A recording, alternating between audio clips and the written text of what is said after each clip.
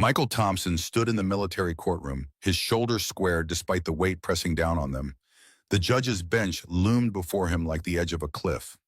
6 uniformed officers sat in rigid formation to his right, their faces impassive as stone. The charge hung in the air, interfering with military operations, obstruction of justice, criminal trespass on government property. Felonies all, enough to put him away for years. He could feel Sarah's presence behind him. Though he couldn't see her, he knew she wore her full dress blues, ribbons and medals gleaming under the harsh fluorescent lights. The same uniform that had once been torn and bloodied when he'd found her. He knew she was fighting to keep her composure, to maintain the rigid discipline that had carried her through war zones and operating rooms. But this wasn't a battlefield. This was something worse. Michael's fingers traced the crack across the face of the marine chronometer in his palm. The brass felt cool against his skin, the glass fractured in a pattern like a spiderweb frozen in time.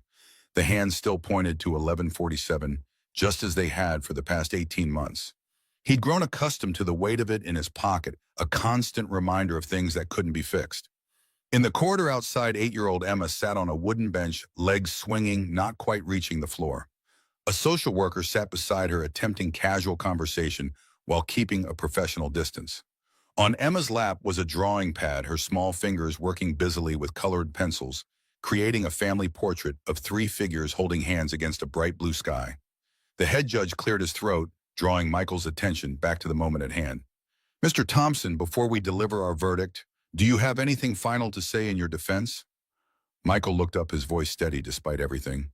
"I did what anyone would have done. I'd do it again tomorrow." The judge exchanged glances with his colleagues. "Very well. This court has reached a decision regarding the charges against 18 months earlier. 6:00 a.m. The parking lot behind Millbrook General Hospital was empty except for Michael's 10-year-old Honda Civic. Its blue paint faded from years under the Midwestern sun. The overnight shift had been mercifully quiet. 3 minor car accidents, an elderly man with chest pain that turned out to be indigestion, and a college student with alcohol poisoning. Standard fare for a Thursday night in a town like Millbrook. Michael leaned against his car, the cool metal a relief against his back after 12 hours on his feet. 8 years as a paramedic had taught him to savor these quiet moments between the chaos. He pulled the marine chronometer from his pocket, a ritual that marked the end of every shift. His thumb traced the crack in the glass, a spiderweb of fractures that radiated from the center like frozen lightning. The hands were frozen at 11:47, the exact moment that Linda's car had been hit 18 months ago. The rising sun painted the eastern sky in watercolors of pink and gold, the light catching on the morning dew that clung to the sparse landscaping around the hospital parking lot. Michael should have been tired after a full shift, but adrenaline still hummed through his system, that familiar post-shift insomnia that made sleep impossible despite his exhaustion. That's when he saw her. At first he thought she was just a shadow against the old pickup truck at the far end of the lot. Then the shadow moved, stumbled, fell against the rusted fender of the truck. Michael's training kicked in before conscious thought. He was moving toward her, assessing as he closed the distance. Female mid-30s, military fatigues torn and bloodied. Marine Corps judging by the uniform. Dog tags caught the early light as she swayed on her feet. "Ma'am, I'm a paramedic. Can you tell me what happened?" She looked up, her eyes struggling to focus. Blood matted her short brown hair on one side, and her left shoulder was a mess of torn fabric and congealing blood. Her olive skin had the gray pallor of significant blood loss. "Help," she managed the word barely audible. Then her knees buckled. Michael caught her before she hit the asphalt, lowering her gently to the ground.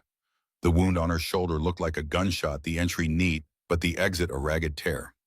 Not fresh, maybe 12 hours old, but still seeping blood. She needed a trauma center immediately. Protocol dictated he call for backup, get a gurney from the ER, bring her in through proper channels. But Millbrook General wasn't equipped for this kind of trauma, and the bureaucracy would waste precious minutes. St. Mary's Hospital was 15 minutes away, with a level 1 trauma center and military affiliations. 8 years of following rules flashed through Michael's mind, weighed against the shallow breathing of the woman in his arms. He made his decision. "I'm going to help you, but we need to move fast." He scooped her up, surprised at how light she felt despite her muscular frame. "I'm taking you to St. Mary's. They can help you better than we can here." He carried her to his car, carefully placing her in the passenger seat. As he fastened her seatbelt, her eyes fluttered open, focusing on him with sudden clarity.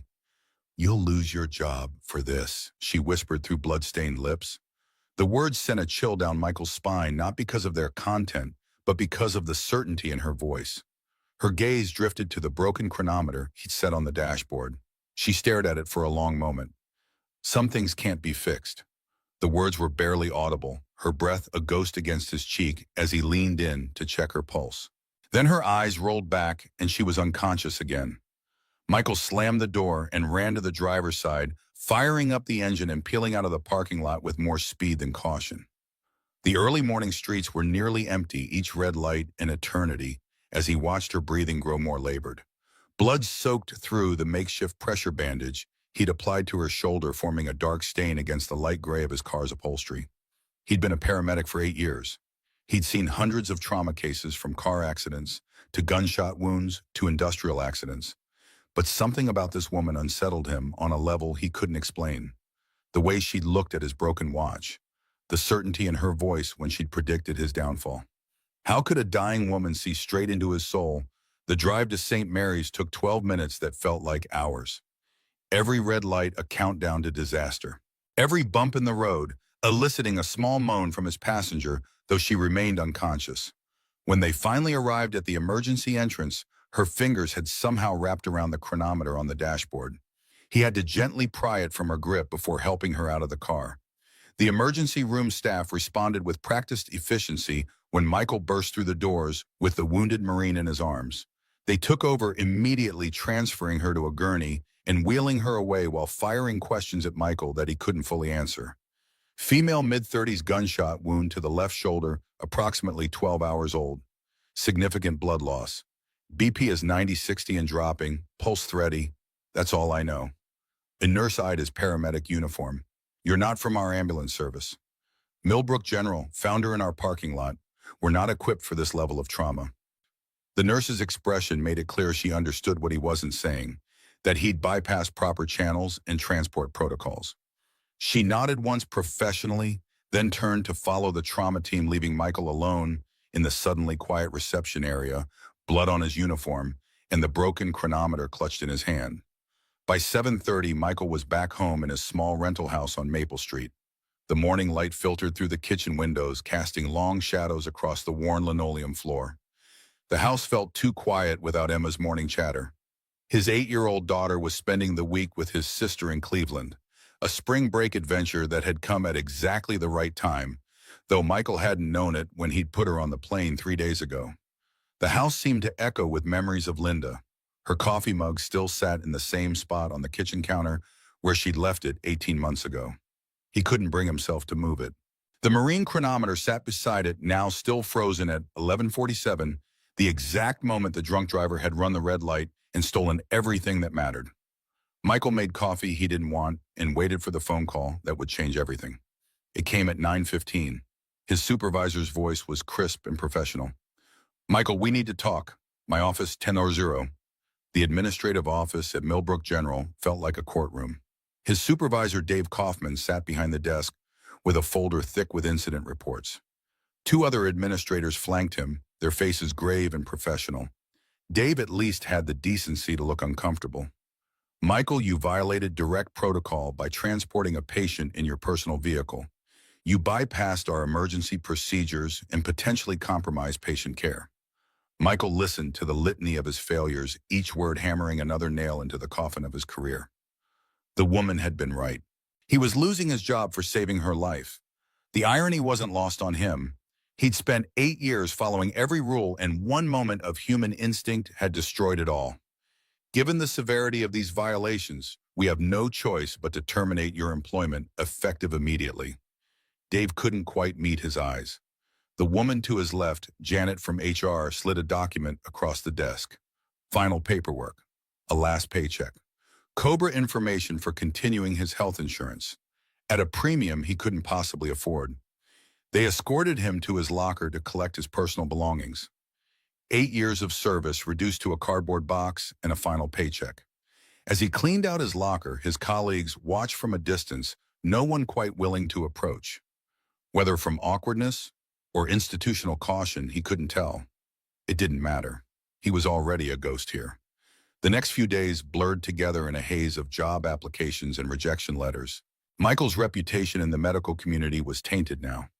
Word traveled fast in a small town like Millowbrook. His savings account dwindled with each passing day. The mortgage payment was due in 2 weeks, and unemployment benefits would take a month to kick in. He found himself spending hours staring at Linda's coffee mug and the broken chronometer, wondering if this was rock bottom or if there were deeper depths waiting for him. The house felt like a tomb filled with the ghosts of better times and the crushing weight of an uncertain future. Emma would be home soon, and he had no idea how to explain that Daddy's career had ended because he chose compassion over compliance. 3 days after losing his job, Michael encountered her again at the pharmacy. He was picking up Emma's asthma medication, calculating how many refills he could afford without insurance when he saw her. She was standing at the medication aisle, her left arm still in a sling, studying a bottle of prescription pills with intense concentration. The Marine fatigues had been replaced by civilian clothes, jeans and a simple gray t-shirt, but there was no mistaking her. The woman who'd cost him everything stood 15 feet away, alive and apparently recovering well. When she turned and saw him, recognition flickered in her eyes. She walked over slowly, each step measured and deliberate.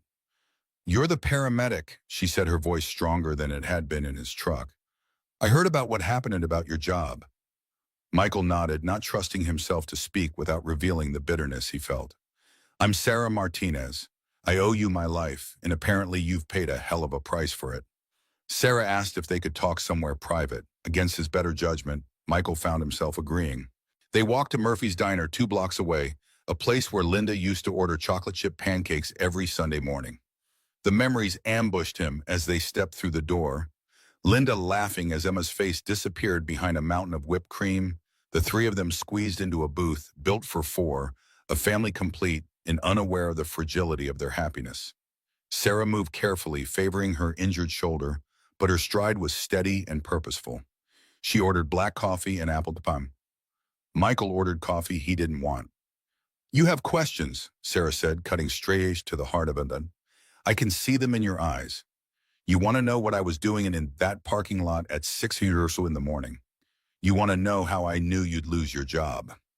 Michael stared at her, unnerved by her perceptiveness. "All of the above," he admitted. Sarah took a sip of her coffee and was quiet for a long moment. When she spoke, her voice carried the weight of someone who'd seen too much too young. "I was waiting for someone like you, Michael, someone who would choose to save a life over following rules. I've been watching the hospital staff for 2 weeks, learning their patterns, their personalities. You were the only one who consistently showed up early and stayed late." Michael's coffee cup stopped halfway to his lips. "You were watching me," Sarah nodded without apology.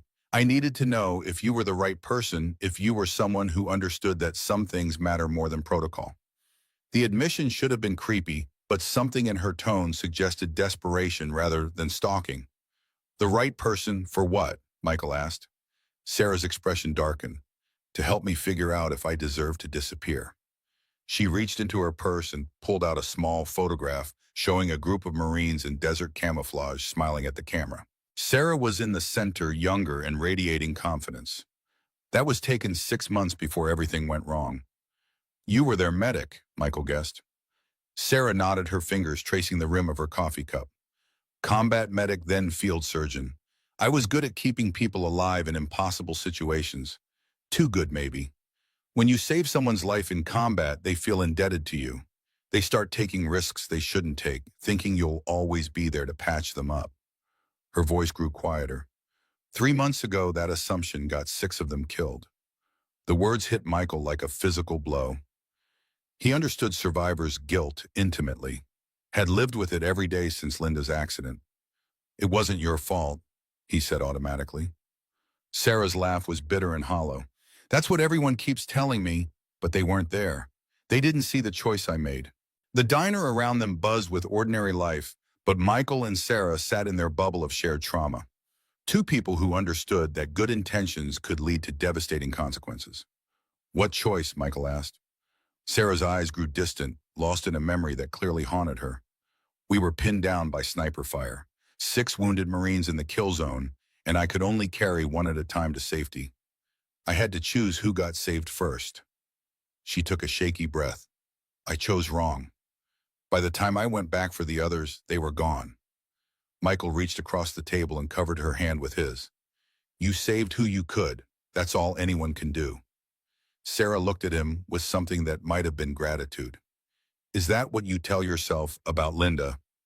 The question hit like a punch to the solar plexus. Michael jerked his hand back as if he'd been burned. How do you know about Linda? Sarah didn't flinch from his anger. I told you, and I've been watching you for 2 weeks. I know you go to Forest Hill Cemetery every Tuesday evening. I know you blame yourself for whatever happened to her. Michael stood up so fast his chair nearly toppled over. You have no right. I have every right, Sarah interrupted, her voice hard as steel, because I recognize a fellow member of the club nobody wants to join. The I should have saved them club. Her words stripped away his defenses, leaving him raw and exposed.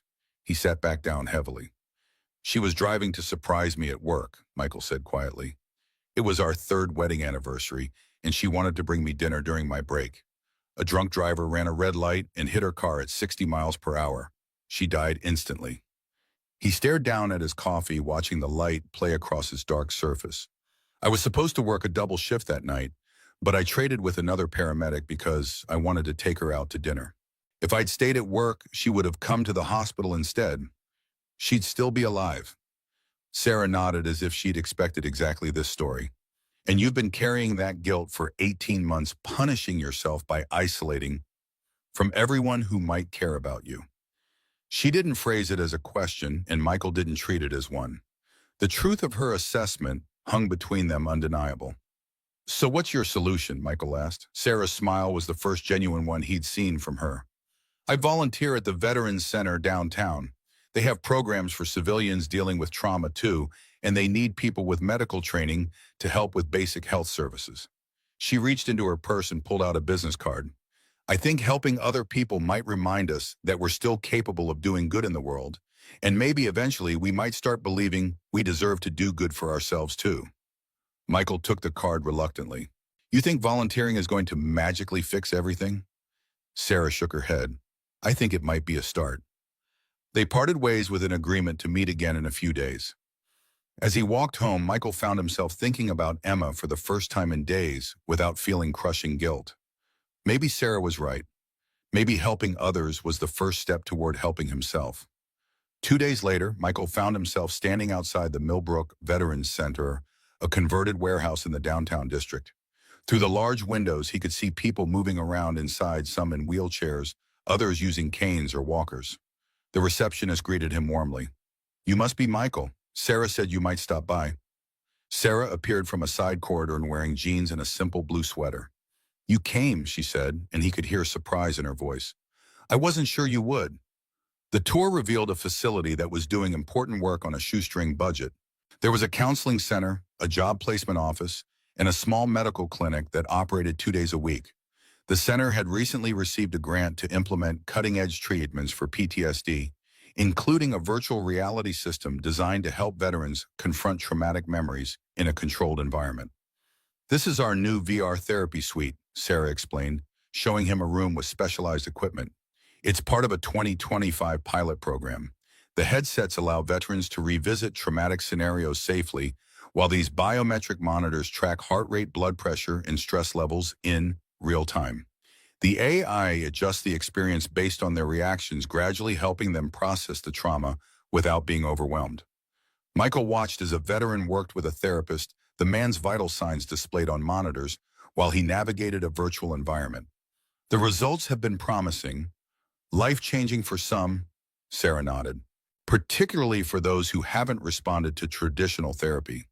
We're one of only 5 centers in the country with this technology.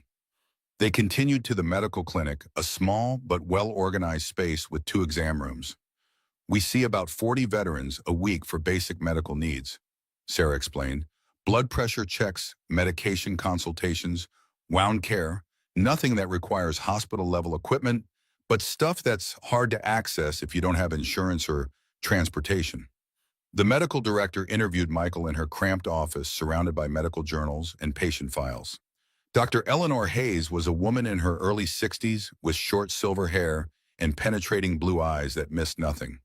Sarah tells me you have 8 years of paramedic experience and recently found yourself between jobs, she said diplomatically. We can't offer much in terms of compensation. This is volunteer work, but we can provide you with a sense of purpose and the chance to help people who really need it. She outlined the position. 2 days a week, basic medical screenings and consultations working alongside Sarah and occasionally other medical volunteers. The pay is terrible, but the job satisfaction is off the charts. When can you start? Michael found himself saying yes. Next week, I suppose. My daughter comes home tomorrow and I'll need to arrange childcare. Dr. Hayes' expression softened. We have an after-school program here. Emma would be welcome to join if she's interested. The offer was almost too good to be true. Michael left feeling something he hadn't experienced in months. Optimism. Emma's homecoming the next day was a revelation. Michael's daughter bounded off the plane with the energy of a child who'd been thoroughly spoiled by her aunt and uncle. She was full of stories about her adventures in Cleveland. I learned to swim underwater. Daddy want me to show you in the bathtub, Michael laughed, really laughed for the first time in weeks. Maybe we should wait until we can get to the community pool here. Emma's face lit up. Can we go today, please? The pool had been another casualty of Michael's depression. They used to go every weekend when Linda was alive. We'll go this weekend, he promised, and saw hope bloom in his daughter's eyes. That evening, as Emma unpacked her suitcase and chatted about her week away, Michael felt a lightness in his chest that he'd almost forgotten was possible. Maybe Sarah had been right. Maybe helping others could be the first step toward healing himself. The first day at the Veterans Center was both challenging and rewarding. Michael worked with veterans who had served in conflicts from Vietnam to Afghanistan, each with their own physical and psychological wounds. Many were initially wary of a new face, but Sarah's endorsement seemed to carry significant weight. Michael's one of us, she told an older veteran who'd questioned his presence. He understands what it means to carry things you can't put down. Emma thrived in the after-school program, making friends and embracing the diversity of the veteran community. She particularly bonded with an art therapist who helped the children express feelings they couldn't always verbalize. Over the following weeks, Michael settled into a routine that felt sustainable for the first time since Linda's death. He worked at the Veterans Center on Tuesdays and Thursdays, spending his other days job hunting and handling household responsibilities. Sarah became a constant in their lives without either of them formally acknowledging the shift. She would join them for dinner once or twice a week, bringing takeout from various restaurants and staying to help Emma with homework or play board games. The three of them developed an easy familiarity that felt natural rather than forced. Emma clearly adored Sarah, but Sarah never tried to position herself as a replacement for Linda. Instead, she occupied her own unique space in Emma's world, part mentor, part friend, part family. Sarah's teaching me about the different branches of the military, Emma announced one evening. Did you know the Marines are part of the Navy? Michael smiled at his daughter's enthusiasm. Sarah knows a lot about the military. She was a very important Marine. One evening in late September, Sarah arrived at their house looking unusually nervous. She'd brought pizza, as was becoming her habit, but she seemed distracted throughout dinner. After Emma went to bed, Sarah and Michael sat on the front porch with cups of coffee. There's something I need to tell you, Sarah said finally, about my family, about who I really am. Michael felt a familiar twist of anxiety in his stomach. Okay, he said carefully. I'm listening. Sarah took a deep breath. My family has money, a lot of money. My father started a medical supply company after he got out of the army, and it's grown into something of an empire.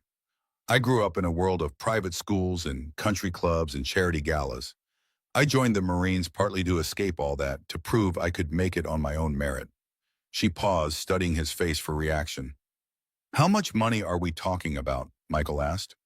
Sarah's laugh was hollow. Enough that I could buy this entire block without blinking. The information was staggering. Michael tried to reconcile the woman sitting beside him with the heiress she was describing. Why are you telling me this?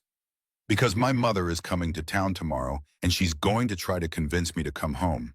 She thinks I'm having some sort of breakdown and that my volunteer work is beneath my station in life.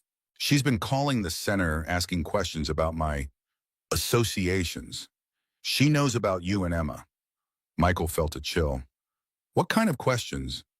The kind that suggests she thinks you might be taking advantage of me financially. The implication was clear and insulting. Michael stood up abruptly, anger flaring in his chest. I had no idea about your money. I never asked you for anything. Sarah stood too, reaching for his arm. I know, but my mother sees a struggling single father befriending a wealthy woman and draws her own conclusions. They stood in uncomfortable silence as the reality of their situation settled between them. I should go, Sarah said finally. Give you time to process this. The next morning brought Michael's first encounter with Sarah's mother, and it was every bit as uncomfortable as he'd anticipated. She arrived at his house at 900 sharp, driving a black Mercedes. She was an elegant woman in her early 60s, impeccably dressed and radiating confidence. Mr. Thompson, she said by way of greeting, I think we need to have a conversation about your relationship with my daughter. Michael invited her in, though every instinct told him this was a mistake. She surveyed his modest living room with barely concealed disdain. Sarah has always been drawn to strays, she said without preamble. Wounded animals' loss causes people who need fixing. It's a compulsion that's gotten her into trouble before. Michael bristled at being categorized as a stray. Your daughter is a remarkable woman who's been helping people heal, including me. Her smile was as cold as winter steel. How much has she given you, Mr. Thompson? Money for rent, groceries, perhaps help with childcare expenses? She hasn't given me anything, Michael said firmly. We volunteered together at the Veterans Center. That's it. She reached into her purse and pulled out a leather checkbook. I'm prepared to offer you $50,000 to end your association with my daughter. Clean break, no contact, no explanations. The offer was breathtaking in its insulting indirectness. Mrs. Martinez, I think you misunderstand the nature of my relationship with your daughter. We're friends. She's been helping me work through some difficult times, and I hope I've been able to do the same for her. Her expression suggested she found this explanation naive. Mr. Thompson, you're unemployed, recently widowed, and raising a child alone. Sarah is wealthy, traumatized, and looking for a cause to champion. This isn't friendship. It's codependency. Before Michael could respond, Emma came downstairs. She stopped short when she saw the strange woman. Who's that daddy?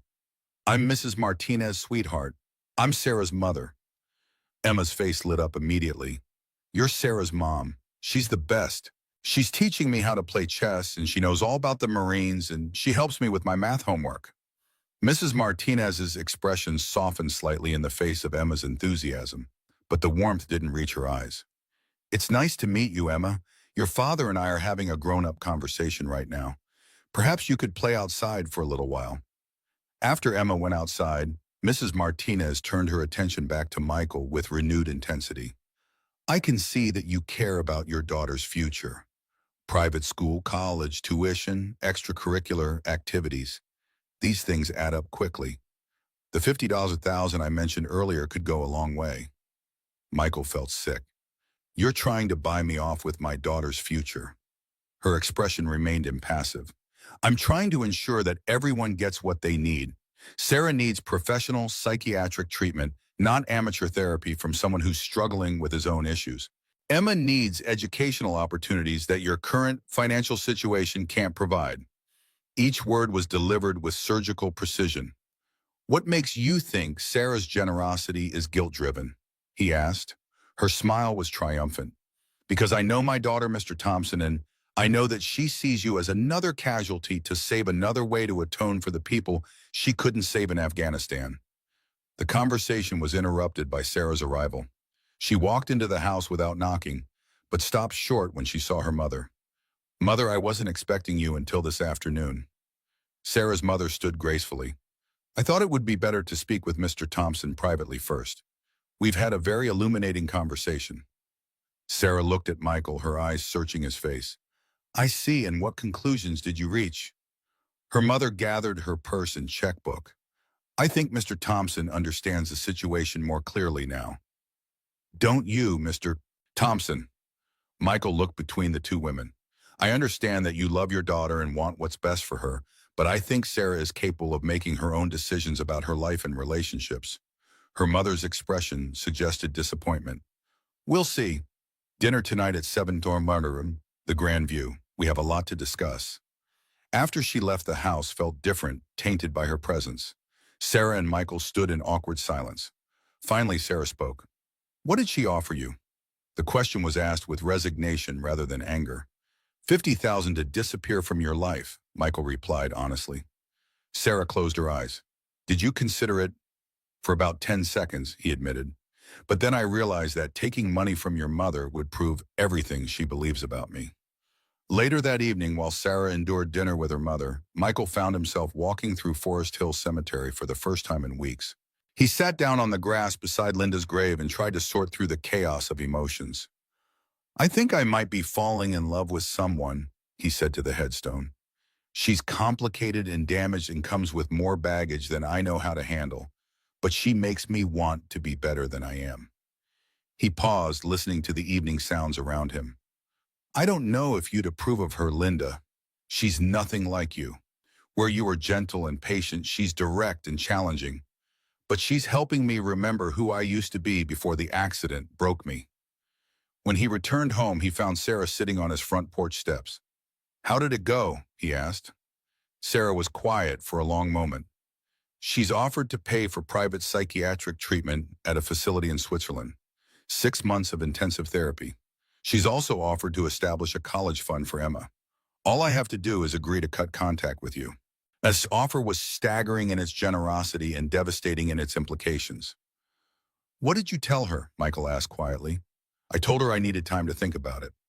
Sarah stood up and walked to the edge of the porch. She's not wrong about everything, Michael.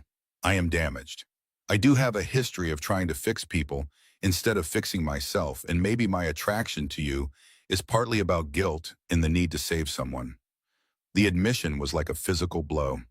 And maybe my attraction to you is partly about having someone who understands loss and doesn't expect me to be over it, Michael replied. That doesn't make what we have less real. Sarah turned back to him, tears visible in her eyes. But what if she's right? What if I'm just using you to avoid dealing with my own problems? Michael stood and walked over to her, taking her hands in his. Then we figure it out together. We get help if we need it. We take things slow if we need to. But we don't let fear destroy something that's been good for both of us. Sarah leaned against him. She wants an answer by tomorrow morning. The next morning brought an unexpected visitor. Michael was making breakfast when Emma announced that there was a police car in their driveway. A uniformed officer was holding an official-looking document. Michael Thompson, yes. You're being served with a restraining order. You're to have no contact with Sarah Martinez, effective immediately. Michael stared at the restraining order in his hands, the legal language swimming before his eyes. Phrases jumped out at him. No contact whatsoever. Minimum distance of 500 feet. Violation punishable by imprisonment. The allegations were vague but damning inappropriate behavior. Unwanted advances. Attempts to exploit the victim's generosity. This is insane. I haven't threatened anyone, Michael said, his voice hollow with disbelief. The officer shrugged sympathetically. It's a temporary order, sir. You'll have a chance to contest it in court next week. He handed Michael a card with the court date. Until then, I'd advise you to follow it to the letter. These things can get complicated fast. As the police car pulled away, Michael stood in the doorway, the morning sunlight suddenly feeling cold on his skin. Emma appeared beside him, her small face pinched with concern. Daddy, why was there a police car? Are you in trouble? Michael crouched down to her level, trying to find words that wouldn't frighten her. No, sweetheart. There's just a misunderstanding between grown-ups. Nothing for you to worry about. Emma's eyes, so much like Linda's, searched his face with a wisdom beyond her years. Is it about Sarah? Is that why she didn't come for breakfast like she promised? The innocent question twisted something in Michael's chest. He'd forgotten that Sarah had promised to bring breakfast this morning. Emma had been looking forward to it, had even made a special drawing to show her. Sarah and I have a problem right now, and we might not be able to see each other for a while. Emma's face fell. Did you have a fight? No, not a fight. Sarah's mother doesn't think it's good for Sarah to spend time with us right now. She's worried that Sarah might get hurt. Emma processed this with the seriousness of a child who'd learned that the adult world was unpredictable. But we would never hurt Sarah. We love her. The simple statement cut straight to the heart of the situation. I know, sweetheart, and I think Sarah knows that too. Inside, Michael spread the restraining order on the kitchen table, reading every word carefully. The order was comprehensive and devastating. He was prohibited from contacting Sarah in any way, from approaching within 500 feet of her residence or workplace, and from attempting to communicate with her through third parties. The Veterans Center was specifically mentioned as a place he was banned from entering. The immediate implications were staggering. Michael's volunteer work at the center was finished cutting off not only his sense of purpose, but also Emma's after-school program. Worse, he had no way to contact Sarah to understand what was happening. For all he knew, she had requested the restraining order herself, finally accepting her mother's assessment of their relationship. He picked up his phone, tempted to call Sarah, then remembered that would violate the order.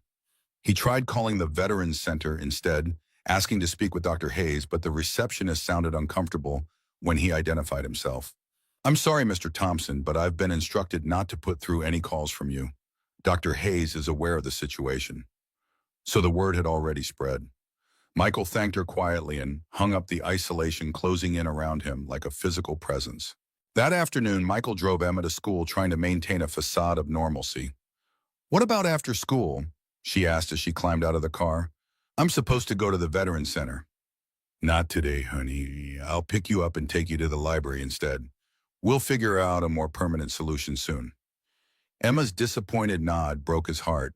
The Veterans Center had become an important part of her routine, a place where she felt connected to a community larger than just the two of them. As he drove away, Michael caught sight of another parent watching him from beside her car. The woman quickly looked away when their eyes met, but the damage was done. Word of the restraining order had clearly spread beyond the medical community. In a town the size of Millbrook, gossip traveled at the speed of light. The next few days passed in a blur of job applications and rejection letters.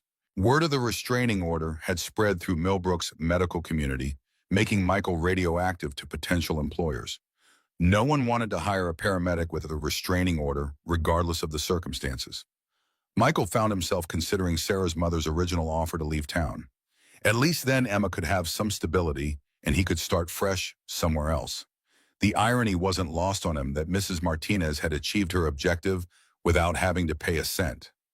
On Thursday morning, exactly 1 week after the restraining order had been served, Michael was surprised by a knock at his door.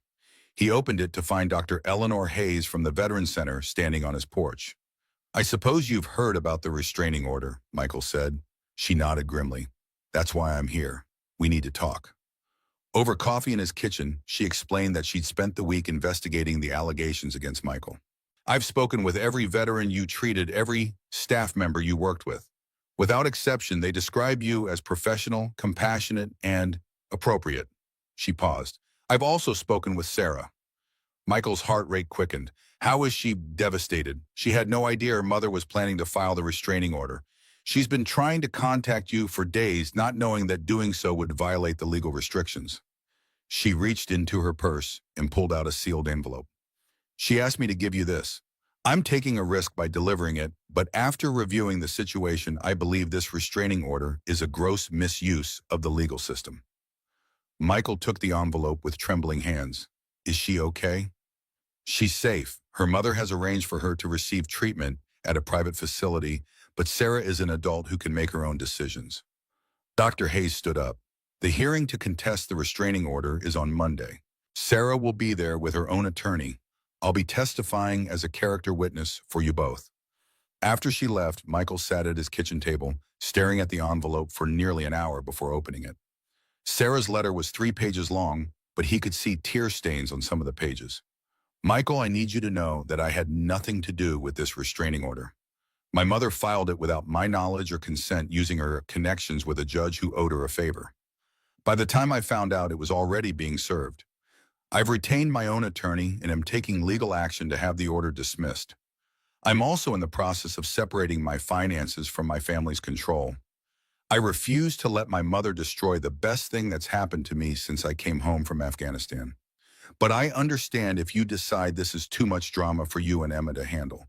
Please know that everything that happened between us was real. You and Emma brought light back into my life when I thought all the lights had gone out forever. Whatever happens next, I will always be grateful for that. I hope to see you in court on Monday. My attorney believes we have a strong case for having the restraining order dismissed. Dr. Hayes has been incredible rallying support from everyone at the center. Tell Emma I miss her chess playing and her drawings.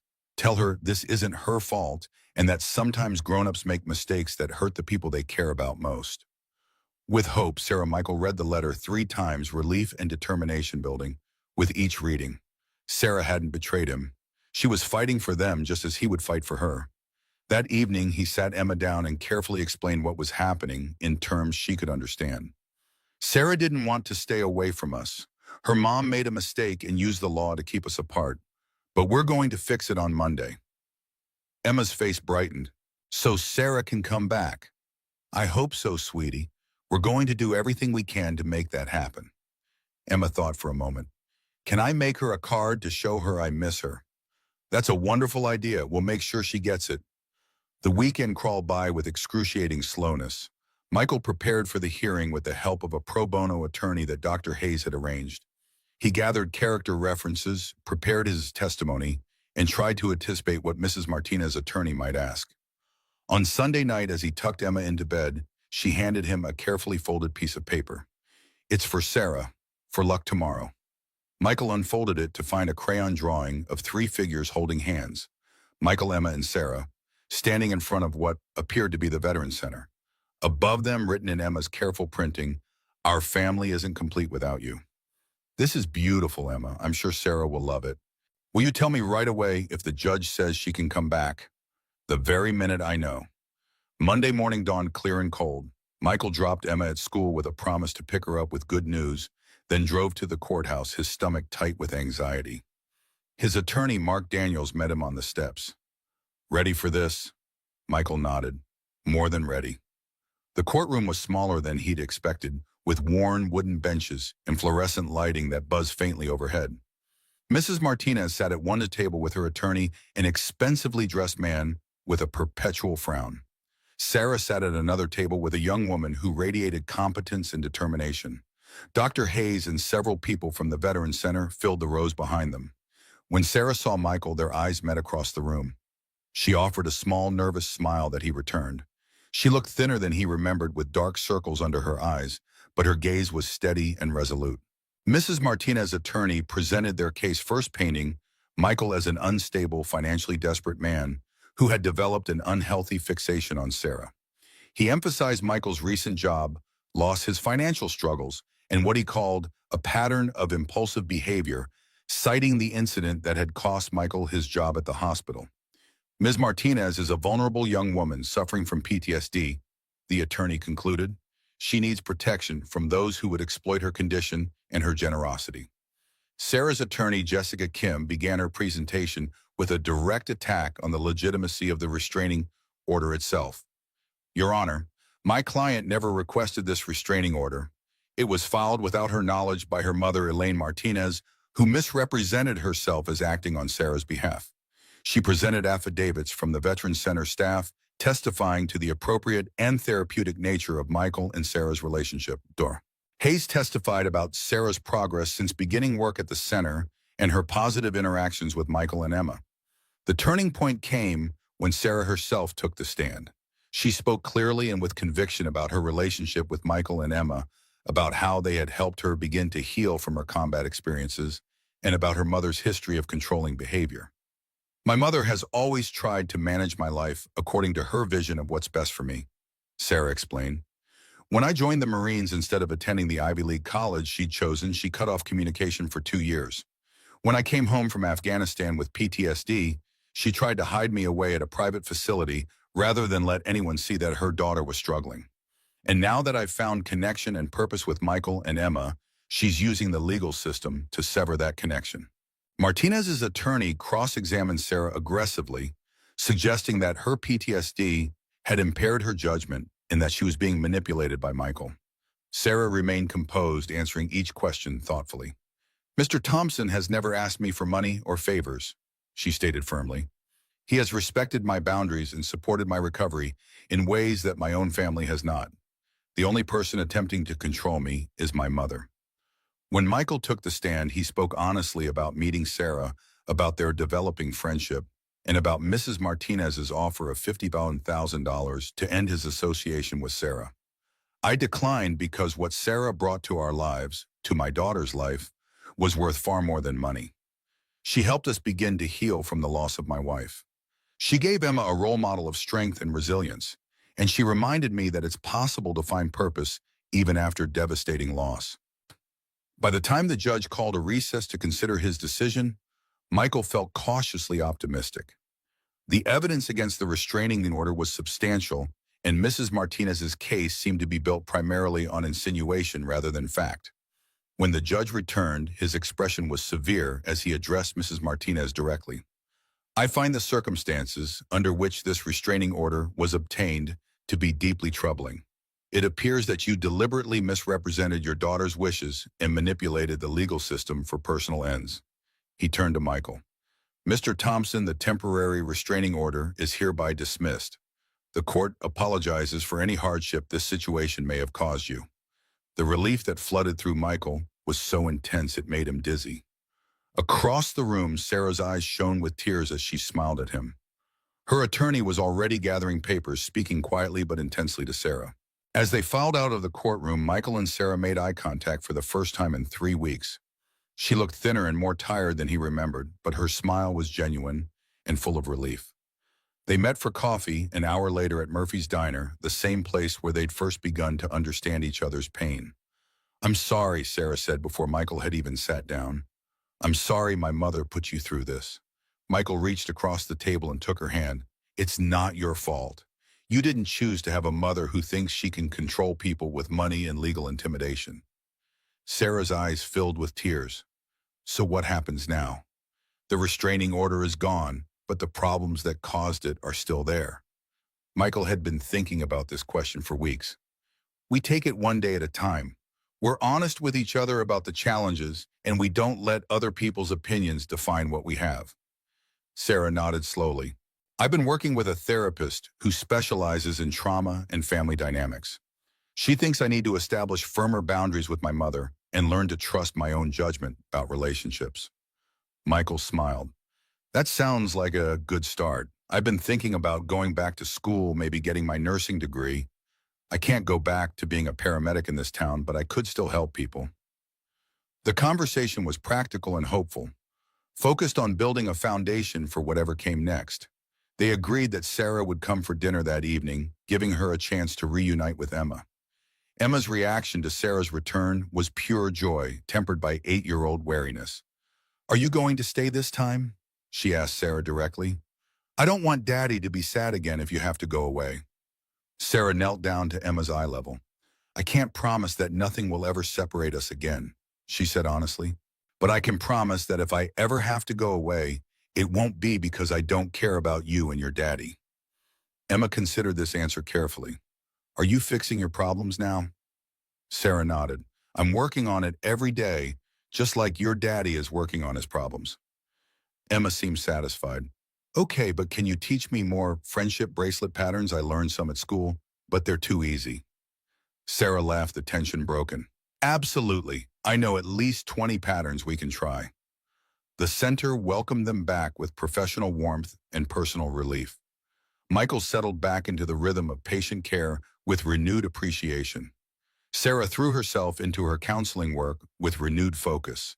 Emma resumed her after-school activities with the enthusiasm of a child who'd learned not to take stability for granted. 3 months later, Michael graduated from his nursing program with honors and a job offer from St. Mary's Hospital, the same hospital where he'd brought Sarah the morning that started everything. They offered him a position in their emergency department, impressed by his experience and the glowing recommendations from Dr. Hayes and the Veterans Center staff. Emma had adjusted well to their new routine, which included Sarah's presence in their lives on a more permanent basis. She'd moved into her own apartment across town, maintaining her independence while becoming an integral part of their daily life. They developed a rhythm that worked for all of them: family dinners twice a week, weekend activities, and quiet evenings when Emma did homework, while the adults planned their future together. It wasn't the traditional nuclear family that Michael had once imagined, but it was something uniquely theirs, built on mutual respect, and shared experience rather than conventional expectations. The transformation hadn't been without its challenges, but time and consistency had gradually worn down most of the opposition. Even some of the hospital staff who had initially shunned Michael had come around, especially after the truth about the restraining order became public knowledge. On a warm evening in late spring, nearly a year after that morning in the hospital parking lot, Michael found himself sitting on his front porch with Sarah and Emma, watching the neighborhood kids play in the fading daylight. Emma was showing Sarah how to play a complicated clapping game, their laughter mixing with the sounds of suburban evening. Michael thought about Linda's broken chronometer, which now sat on his dresser alongside a new watch Sarah had given him. The old watch had never been repaired, but it no longer felt like a symbol of everything that had stopped working in his life. Instead, it had become a reminder that some things were worth preserving, even when they were broken, and that healing didn't always mean returning to an original state. Sometimes it meant accepting damage and finding new ways to function, new purposes that incorporated both the scars and the strength that came from surviving them. "What are you thinking about?" Sarah asked, noticing his contemplative mood. Michael smiled, watching Emma demonstrate the clapping game with intense concentration. "I'm thinking about how strange life is, how the worst moments can lead to the best outcomes if you're willing to stay open to possibilities." Sarah followed his gaze to Emma. "Do you ever wonder what would have happened if you'd followed protocol that morning?" Michael considered the question seriously. "Sometimes. But then I remember that following all the rules for 8 years didn't protect me from losing everything that mattered. Maybe breaking the rules was exactly what I needed to do to find something worth keeping." Sarah leaned against his shoulder, solid and warm and real. "Some things can't be fixed," she said, echoing the words she'd spoken that first morning. "But some things don't need to be fixed. They just need to be accepted and loved as they are." Michael wrapped his arm around her, thinking about broken watches and healed hearts and the unexpected ways that love could grow in the spaces between loss and hope. The future stretched out before them, uncertain but no longer empty, filled with the possibility of ordinary miracles and the quiet satisfaction of choosing each other again and again, one day at a time.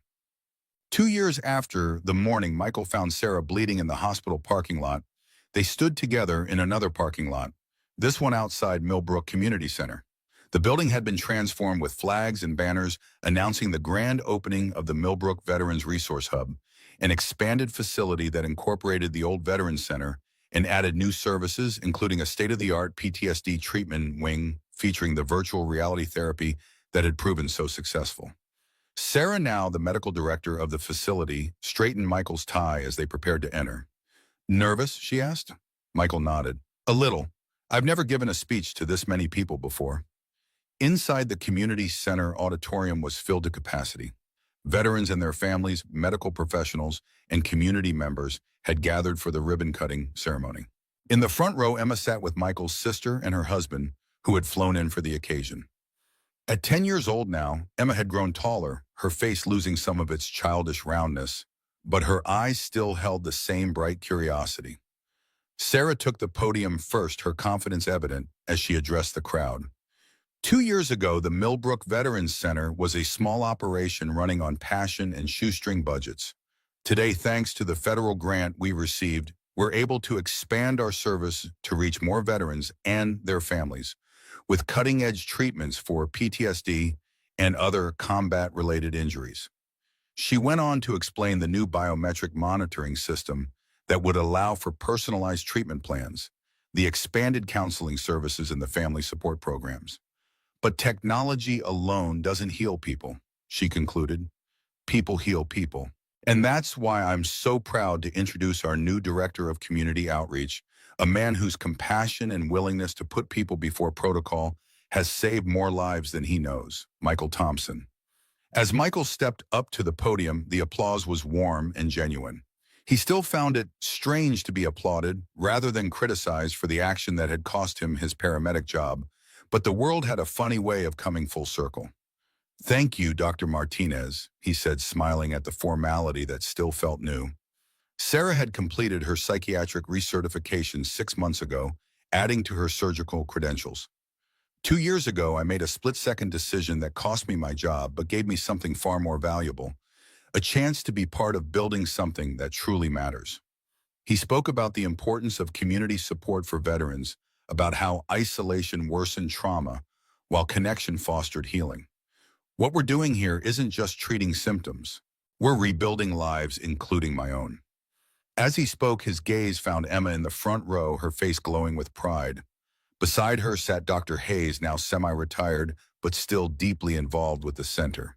And at the very back of the room, almost hidden in the shadows, stood an elegant, older woman with silver-streaked, dark hair.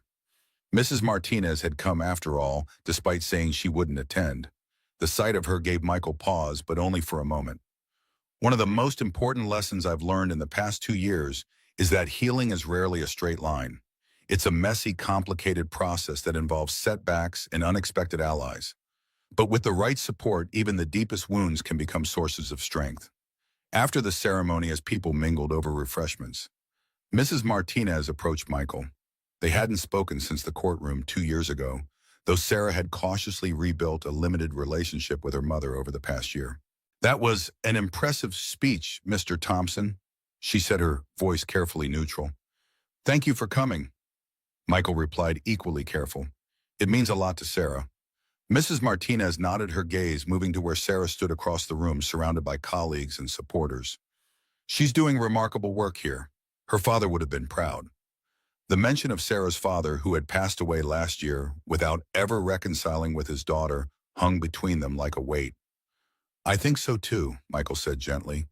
"I was wrong about you," Mrs. Martinez said suddenly, the words clearly difficult for her. "And I was wrong about what Sarah needed. I'm not good at admitting mistakes, but I'm trying to learn." Before Michael could respond, Emma appeared at his side, her natural social grace saving them from the awkward moment. "Grandma Elaine, you came. Did you see the art therapy room I helped paint the mural?" The term Grandma Elaine was something Emma had started using in recent months, as Mrs. Martinez had cautiously become part of their extended family circle. The older woman's face softened as she looked at Emma. "I didn't see it yet. Perhaps you could show me." As Emma led Mrs. Martinez away, chattering about the mural and her contributions to it, Sarah joined Michael. "Was that civil conversation I witnessed between you and my mother?" Michael smiled. "Surprisingly, yes. She actually admitted she was wrong about me." Sarah's eyebrows rose. "That's practically a miracle.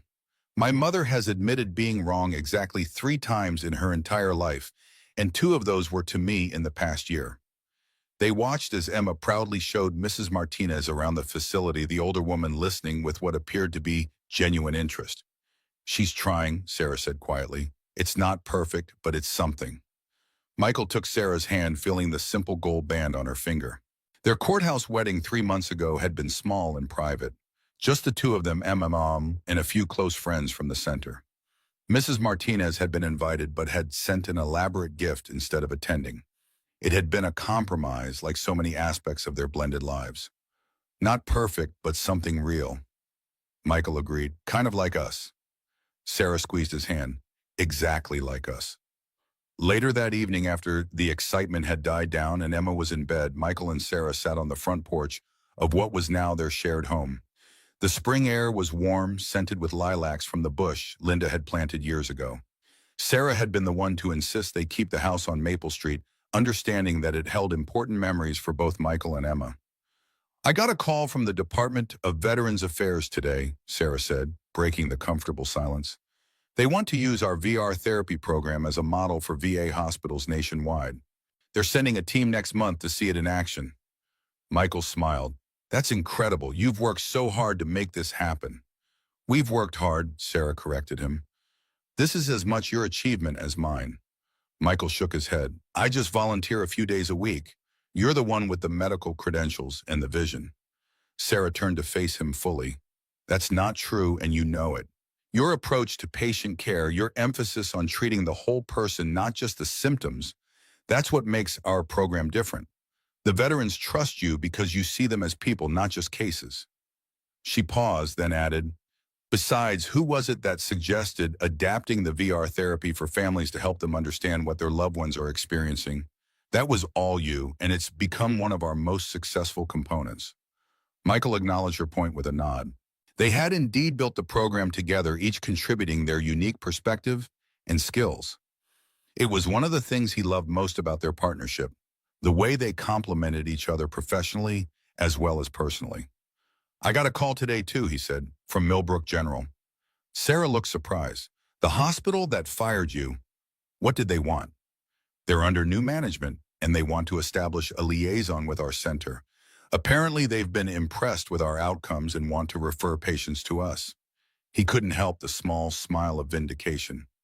They asked specifically for me to coordinate the program. Sarah laughed. Life really does come full circle, doesn't it? Are you going to do it? Michael nodded. I think so. It feels right somehow, closing that chapter properly. They sat in comfortable silence for a while, listening to the neighborhood settle into night. A dog barked in the distance, and somewhere a car door slammed. Ordinary sounds of an ordinary evening, precious in their mundanity. I've been thinking about what you said at the ceremony today, Sarah said eventually, about healing not being a straight line. I think that's true of building a life together too. Michael took her hand. Definitely. 2 steps forward, 1 step back. But always moving forward overall, Sarah added, even on the hard days. And there had been hard days. Days when Sarah's PTSD flared up, triggered by a sudden loud noise or a particular smell. Days when Michael found himself caught in the undertow of grief, missing Linda, with an intensity that took his breath away. Days when Emma struggled to navigate the complex emotional landscape of loving her mother's memory while making room for Sarah in her heart. But there had also been days of unexpected joy. Emma's first swim meet where she'd won a ribbon and they'd all gone out for ice cream to celebrate. The day Sarah had received the grant funding for the expansion, dancing around the living room with Emma in unrestrained excitement. Quiet evenings like this one where the simple fact of being together felt like enough. Do you ever think about having more kids? Sarah asked suddenly, her voice casual but her grip on his hand tightening slightly. The question caught Michael off guard. They'd talked about the future in general terms, but not specifically about expanding their family. Sometimes, he admitted. Do you, Sarah nodded, her gaze fixed on the darkening street. I never thought I would. After Afghanistan, I couldn't imagine bringing a child into a world that contained so much pain. But now, she trailed off, then turned to look at him. Now I can see the possibility. Not to replace what we've lost, but to add to what we've found. Michael felt something expand in his chest.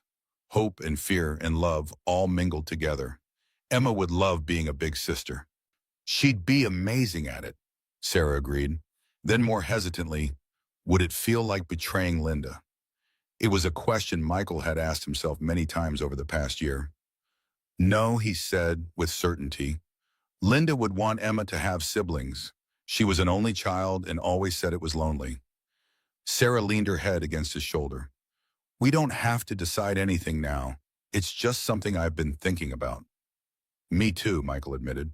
And for what it's worth, I think you'd be an incredible mother. Sarah was quiet for a long moment. I'm scared, she finally said. What if I can't protect them? What if I make the wrong choice again? The echo of her words from that first conversation in the diner about choosing which wounded Marine to save first hung between them. Michael turned to face her, taking both her hands in his. You know what I've learned from raising Emma, parents always make wrong choices. We're human. The trick isn't to be perfect. It's to be present, to show up every day and try again. Sarah's smile was small but genuine. When did you get so wise? I had a good teacher, Michael said, thinking of Linda, of Emma, of Sarah herself. Several, actually. The porch light cast a warm glow around them, creating a small circle of illumination in the growing darkness. Inside the house, Emma slept peacefully, surrounded by the drawings and books and small treasures that made up her 10-year-old world. And somewhere in the universe, Michael liked to think Linda was watching over them all, approving of the family they were building from the broken pieces of their separate lives. One day at a time, Sarah said, echoing the phrase that had become something of a mantra for them both. One day at a time, Michael agreed, pulling her closer as the first stars appeared in the darkening sky. 6 months had passed since the restraining order was dismissed. Life had settled into a new normal that felt both precarious and precious. Michael had completed his nursing program and now worked full-time at St. Mary's, while Sarah continued to expand the Veterans Center's programs with a focus on innovative PTSD treatments. Emma had adjusted to the new rhythm of their lives, thriving in school and spending afternoons at the center where she'd become something of a mascot to the veterans. On a crisp October morning, Michael arrived at work to find an urgent message waiting for him. The hospital administrator wanted to see him immediately. Michael's stomach tightened with familiar anxiety. Urgent meetings with administrators had never brought good news in his experience. Dr. Patricia Winters, the chief medical officer at St. Mary's, greeted him with uncharacteristic formality. "Michael, please close the door and have a seat." The office felt suddenly airless. "Is there a problem with my work?" Michael asked, his mind racing through recent cases, searching for mistakes. Dr. Winters sighed, removing her glasses. "Not with your work, no. Your performance has been exemplary." She hesitated, then pushed a folder across her desk. "This arrived yesterday. I wanted to speak with you before it became official." Michael opened the folder to find a formal complaint filed against him by Elaine Martinez, Sarah's mother. The document alleged professional misconduct, claiming that Michael had accessed Sarah's medical records without authorization during her initial treatment at St. Mary's. "This is absurd," Michael said, his voice tight. "I didn't have access to medical records when Sarah was treated here. I wasn't an employee." "I know," Dr. Winter said, "and our records show no unauthorized access during that period. But Mrs. Martinez has considerable influence with our board of directors. She's demanding a formal investigation." Michael felt a cold weight settling in his chest. "What does this mean for my position here? For now, nothing changes, but I need to be transparent. If this escalates, hospital policy would require us to place you on administrative leave pending investigation." Michael nodded mechanically. "I understand." "For what it's worth," De Winters added, "I think this is obviously personal rather than professional. But we have to follow procedure." As Michael left the office, his phone buzzed with a text from Sarah. "Need to talk. Something's happened. Meet for lunch." They met at a small cafe 2 blocks from the hospital, away from their usual haunts. Sarah was already waiting, her face drawn with tension. She stood when she saw him, embracing him tightly before they sat down. "My mother's launched another attack," she said without preamble. "She's filed a formal complaint against the Veterans Center, alleging misappropriation of funds and unauthorized treatment practices." Michael's stomach dropped. "She filed one against me too, claiming I accessed your medical records illegally." Sarah closed her eyes briefly, pain etched across her features. "I'm sorry, I thought we were past this. She's been so quiet these past months, I actually believed she'd accepted our relationship." "What triggered this?" Michael asked. "Did something happen?" Sarah hesitated, then reached into her bag and pulled out an envelope. "This came yesterday. It's from my father's attorney." Michael took the envelope, noting the letterhead of a prestigious law firm. Inside was a formal letter informing Sarah that her father, Thomas Martinez, had revised his will. He had established a substantial trust in Sarah's name, separate from the family's main holdings and explicitly protected from any interference by her mother. "He's dying," Sarah said quietly. "Pancreatic cancer stage 4. The doctors give him 3 months at most." Michael reached across the table, taking her hand. "I'm sorry, Sarah." She nodded, blinking back tears. "We haven't spoken in years." "Not really, but this..." She gestured at the letter. "This feels like his way of apologizing, of saying he was wrong to let my mother control everything." "And your mother knows about this?" "Yes, the attorney copied her on all correspondence. I think that's what triggered this new assault. She's always controlled the family, money used it as leverage. Now my father's giving me financial independence, and she's lashing out."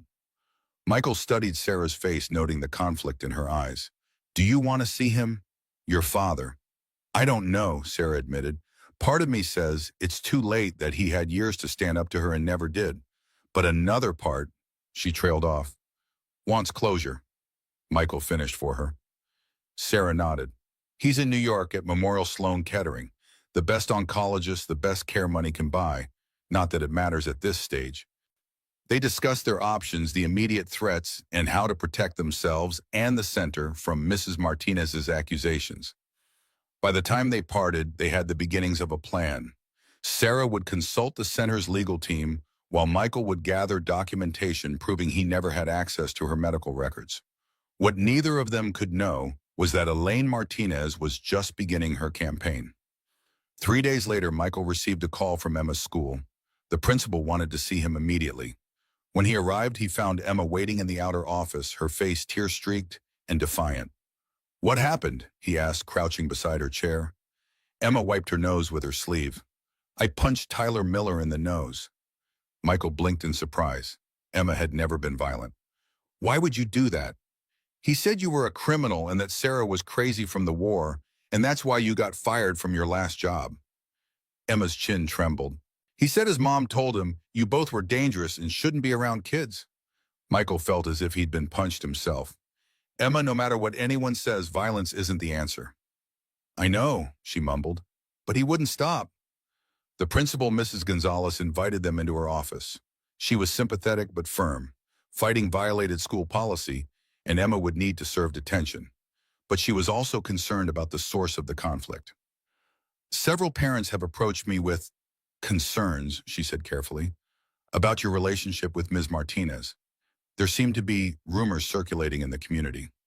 "What kind of rumors?" Michael asked, though he had a sinking feeling he already knew. "That there was a restraining order. That Ms. Martinez suffers from violent episodes related to PTSD. That the Veterans Center is using experimental treatments without proper oversight." Mrs. Gonzalez looked uncomfortable. "I don't put stock in gossip, Mr. Thompson, but when it affects students, I have to address it." Michael explained the situation as succinctly as possible. The dismissed restraining order, Mrs. Martinez's opposition to their relationship, the important work they were doing at the center. Mrs. Gonzalez listened attentively, her expression softening. "Thank you for being candid. I'll address the bullying issue with Tyler and his parents. But you should know, these rumors are spreading beyond the school. Someone's being very deliberate about this." That evening, Michael and Sarah sat at the kitchen table after Emma had gone to bed, comparing notes on what was quickly becoming a coordinated attack. Sarah had discovered that her mother had filed formal complaints with the Medical Licensing Board, the Department of Veterans Affairs, and the State Attorney General's office.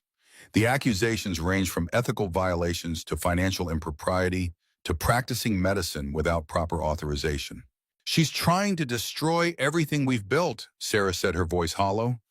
"The center, your career, our relationship, all of it." Michael reached for her hand. "We'll fight this. We have the truth on our side." Ishan. Sarah squeezed his hand, but her eyes were troubled. "Truth doesn't always win, Michael. Not against money and influence." The next morning brought fresh complications. Michael arrived at St. Mary's to find Dr. Winters waiting for him with a grave expression. "I'm sorry, Michael. The board has placed you on administrative leave pending investigation." Mrs. Martinez escalated her complaint directly to them. Michael surrendered his hospital ID badge, feeling a terrible sense of déjà vu. Once again, he was being pushed out of a job he loved because of circumstances beyond his control. Dr. Winters assured him it was temporary, that she was fighting for him, but the weight of uncertainty settled heavily on his shoulders. At home, he found 3 messages on the answering machine, all from reporters seeking comment on the developing situation at the Veterans Center. When he tried calling Sarah, her phone went straight to voicemail. Growing increasingly concerned, he drove to the center only to find a local news van parked outside and a reporter approaching veterans as they entered the building. Inside, the atmosphere was tense. The receptionist looked harried, fielding constant phone calls. "Thank goodness you're here," she said when she saw Michael. "Dr. Martinez is in her office with the board members. It's not good." Michael found Sarah surrounded by the center's board of directors, her face pale but composed as she methodically addressed each accusation. When she saw Michael, relief flickered briefly in her eyes before she returned to the discussion. "The biometric monitoring system is fully compliant with all privacy regulations," she was explaining. "Every veteran provides informed consent, and the data is anonymized for research purposes." One of the board members, a retired judge named Howard Mercer, interrupted. "The issue isn't whether the program is ethical, Sarah. It's the perception. These accusations coming from someone with your mother's standing in the community carry weight regardless of their merit." "So we just caved to pressure?" Sarah asked, frustration evident in her voice. "Abandon treatments that are helping veterans because of baseless accusations." Another board member, Susan Chen, spoke up. "No one's suggesting abandoning the programs, but perhaps a temporary leadership change while this is sorted out would help insulate the center from controversy. The implication was clear. They wanted Sarah to step down. Michael watched as she absorbed the blow, her shoulders stiffening almost imperceptibly. "I see," Sarah said quietly. "And who would you suggest take over?" The board members exchanged glances. "Dr. Hayes has agreed to return temporarily from retirement," Judge Mercer said. "She has the experience and community standing to weather this storm." Sarah nodded, her expression carefully neutral. "If you think that's best for the center, I won't stand in the way." She looked at Michael. "I assume Mr. Thompson's position is also under review." Susan Chen looked uncomfortable. "Given the nature of some of the accusations, yes. We think it would be best if both of you took a leave of absence until this is resolved." After the board members left, Sarah finally allowed her composure to crack. "She's winning," she said, her voice barely above a whisper. "Everything we've worked for, everything we've built, she's tearing it all down with a few well-placed accusations." Michael pulled her into his arms, feeling the tremors running through her body. "This is temporary. We'll clear our names." Sarah pulled back, her eyes suddenly hard. It's time I confronted her directly. "This has gone on long enough." "Sarah, wait." But she was already gathering her things, a determined set to her jaw that Michael recognized all too well. "I've spent my entire life letting her dictate the terms of our relationship. Not anymore." "At least let me come with you," Michael urged. Sarah hesitated, then nodded. "We'll drop Emma at your sister's first. I don't want her anywhere near this confrontation." The drive to the Martinez estate took nearly an hour, leading them from the modest neighborhoods of Millbrook to the exclusive enclave of Lakeview Heights. The family home was an imposing Georgian mansion set well back from the road, surrounded by manicured gardens and protected by an ornate iron gate. Sarah punched a code into the keypad and the gate swung open silently. "I'm surprised she hasn't changed it," she remarked as they drove up the long curved driveway. The front door was opened by a housekeeper who looked startled to see Sarah. "Miss Martinez, we weren't expecting you." "Is my mother home, Lucia?" "Yes, she's in the conservatory, but she has visitors." Sarah was already moving past her, Michael following close behind. They walked through a grand foyer and down a hallway lined with expensive artwork, emerging into a sunlit room filled with exotic plants and wicker furniture. Elaine Martinez sat with three other women, all impeccably dressed, teacups balanced delicately in their hands. The conversation stopped abruptly when Sarah and Michael appeared. "Sarah," Mrs. Martinez said, recovering quickly. "What an unexpected surprise. And Mr. Thompson, too." Her tone made it clear that surprise was a polite substitution for unwelcome intrusion. "I need to speak with you," Sarah said, "privately." Mrs. Martinez smiled apologetically at her guests. "Would you excuse us for a moment, family matter?" The women murmured understanding and moved toward the garden exit, casting curious glances at Michael as they passed. Once they were alone, Mrs. Martinez's demeanor changed instantly. "How dare you barge in here without warning, bringing him into my home? How dare you try to destroy our lives?" Sarah countered, her voice vibrating with controlled fury. "Filing false complaints, spreading rumors, attacking the center. What is wrong with you?" Mrs. Martinez's eyes narrowed. "I'm protecting you as I've always done. You're not thinking clearly. Your judgment has been compromised since Afghanistan." "My judgment is fine," Sarah said. "It's your inability to accept that I'm an adult capable of making my own decisions. That's the problem." "Is that what you think this is about?" Mrs. Martinez asked, her laugh brittle. "Your independence. This is about the family legacy, Sarah. About preserving what your grandfather and father built. You're the sole heir, and you're throwing it all away on what? Playing doctor with damaged veterans. A relationship with a man who can barely support his daughter." Michael felt each word like a physical blow, but remained silent, understanding that this confrontation was Sarah's to lead. "That playing doctor is saving lives," Sarah said, "and Michael has given me more support and understanding than you ever have." Mrs. Martinez turned her attention to Michael. "And what about you, Mr. Thompson? Are you enjoying my daughter's generosity, the prestige of being associated with the Martinez name? Or is it the trust fund my husband has so foolishly established that interests you?" "I don't care about your money or your name," Michael said quietly. "I care about Sarah, about who she is, not what she has." Mrs. Martinez dismissed this with a wave of her hand. "How noble! Yet here you are living in a house my daughter pays for, working at a center she funds. That's enough, Mother, Sarah interrupted. Michael hasn't taken a penny from me. I offered to help with Emiha's education and he refused. The house is his, the job he earned on his own merits. Then he's a fool as well as an opportunist, Mrs. Martinez said. But that's beside the point. The complaints have been filed. The investigations have begun. The damage to your reputations is already done. She looked at Sarah, something almost like pleading, entering her voice. It's not too late to fix this. Come home, turn to the family business. Let the proper doctors handle your PTSD. In time, people will forget this episode. Sarah stared at her mother as if seeing her clearly for the first time. You really don't understand, do you? This isn't an episode. This is my life. The work I'm doing, the relationship I've built with Michael and Emma, it's real and it matters. What matters is family, Mrs. Martinez insisted. Our family. Family doesn't try to destroy each other, Sarah said. Family doesn't use money and influence as weapons. Family supports each other's dreams even when they don't understand them. She took a deep breath. I'm giving you one chance to make this right. Withdraw the complaints. Stop the rumors. Leave us alone to live our lives. Mrs. Martinez's expression hardened. Or what? Or I'll go public with everything. How you manipulated the legal system to file a fraudulent restraining order. How you've used family connections to launch baseless investigations. How you've systematically tried to control me through financial coercion. Mrs. Martinez laughed. You wouldn't dare. The scandal would damage you as much as me. Maybe, Sarah acknowledged, but I'm willing to take that risk if it means finally being free of your manipulation.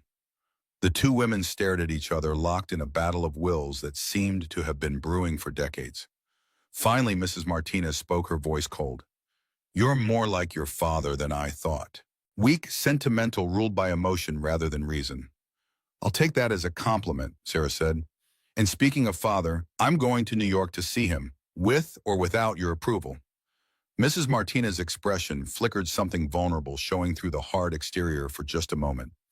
He doesn't want to see you. He's very ill. I know how ill he is, Sarah said more gently, and I think he does want to see me or he wouldn't have established the trust. That was his attorney's idea, not his, Mrs. Martinez said quickly. Too quickly. Sarah studied her mother. You're lying. Why, what are you afraid of? Mrs. Martinez turned away, moving to adjust a plant that needed no adjustment. Your father is dying, Sarah.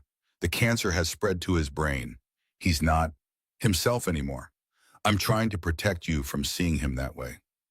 For the first time, Michael heard something authentic in Mrs.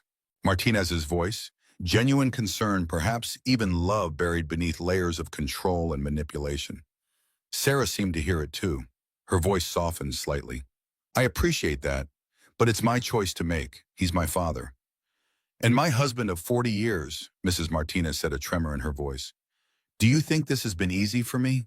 Watching him waste away, knowing there's nothing all our money can do to save him. Sarah moved toward her mother, hesitant but determined. Then why are you doing this? Why waste the precious time he has left on this vendetta against me and Michael? Mrs. Martinez turned, her composure cracking. Because he's leaving you half the company, Sarah. Half of everything we built together. To you who abandoned the business, who chose the military over your family obligations. And for what? So you could come home broken and throw your life away on charity cases. The room fell silent as the true motivation behind Mrs. Martinez's actions finally emerged. Not just control, not just disapproval of Michael, but a profound sense of betrayal, a feeling that her life's work was being devalued by both her husband and daughter. Mother, Sarah said quietly, the company was never my dream. It was yours and Father's. I needed to find my own path. And this is it. Mrs. Martinez gestured vaguely, encompassing Michael and the life Sarah had built in Millbrook. This small-town existence playing savior to broken soldiers. Yes, Sarah said simply, this is where I belong, where I'm needed, where I can do good without being in anyone's shadow. Mrs. Martinez looked away, her shoulders sagging slightly. For a brief moment, Michael saw not the formidable adversary who had tried to destroy their lives, but a frightened woman facing the loss of her husband and the life she had carefully constructed. He asked for you, she admitted finally. in his lucid moments. He wants to see you before. She couldn't finish the sentence. Sarah reached out tentatively, touching her mother's arm. Then let me go to him. Let me say goodbye. Mrs. Martinez pulled away, her vulnerability quickly masked. Do what you want. You always have. She straightened composure, returning like armor being locked into place. As for these accusations, I'll consider withdrawing them. But I make no promises. It wasn't a victory, not by any measure, but it was a crack in the wall, the first sign that Mrs. Martinez might be willing to retreat, if not surrender. As they drove back to Millbrook, Sarah was quiet, processing the confrontation and its revelations. I need to go to New York, she said finally, as soon as possible. Michael nodded. Of course, I'll help with whatever you need. Sarah looked out the window at the passing landscape. She's right about one thing, you know. I did abandon the family business. Turn my back on everything they built. You found your own path, Michael said. There's nothing wrong with that. I know, but I never considered what it cost them, especially my father. She sighed. All those years of not speaking to him, and now it might be too late. They picked up Emma from Michael's sister's house, the little girl immediately sensing the tension, despite their efforts to act normal. As they drove home, Emma asked, Is Grandma Martinez still being mean to you? Sarah turned in her seat, surprised by both the question and the term Grandma Martinez, something Emma had never used before. What makes you ask that, sweetheart? Emma shrugged. Kids at school said she's trying to get you both fired, that she doesn't want us to be a family. Michael caught Sarah's eye, sharing a moment of concern over how much Emma had absorbed despite their attempts to shield her. It's complicated, Em, he said. Sarah's mom and dad are going through a tough time, and sometimes when people are scared or sad, they don't behave very well. Like when I punched Tyler, Emma said thoughtfully. Something like that, Sarah agreed. But Grandma Martinez is a grown-up, so she should know better. The use of Grandma Martinez, accepting Emma's terminology rather than correcting it, didn't escape Michael's notice. Whatever happened with Mrs. Martinez, Sarah was asserting her place in their family unit. That night, after Emma was asleep, they sat at the kitchen table making plans. Sarah would fly to New York the next day to see her father. Michael would remain in Millbrook gathering evidence to refute the complaints and working with Dr. Hayes to protect the center's reputation. I hate leaving you to deal with this alone, Sarah said, guilt clouding her features. You're not, Michael assured her. The center has a whole team of supporters, and your father doesn't have the luxury of time. Sarah nodded, her eyes distant. I keep thinking about what she said, that he's not himself anymore. What if I get there and he doesn't even recognize me? Then you'll still have done the right thing by trying, Michael said gently. No more regrets. Sarah's flight left early the next morning. Michael drove her to the airport. The goodbye waited with all the uncertainties hanging over them. I'll call as soon as I see him, Sarah promised, embracing Michael tightly. Give him my best, Michael said. And Sarah, try to forgive her if you can, not for her sake, but for yours. Sarah's smile was sad, one step at a time. Michael returned to an empty house, the silence almost oppressive after the emotional intensity of the past 2 days. He had just put on a pot of coffee when the doorbell rang. Opening the door, he found Dr. Hayes standing on his porch, her expression grave. We need to talk, she said. May I come in? Over coffee, she explained that new accusations had emerged overnight, specific detailed allegations that Sarah had falsified research data to secure grant funding for the center's PTSD programs. This is absurd, Michael said. Sarah's research is impeccable. Every study has been peer-reviewed and verified. Dr. Hayes nodded. I know, but these allegations are detailed enough to trigger a federal investigation. The Department of Veterans Affairs has frozen our funding pending review.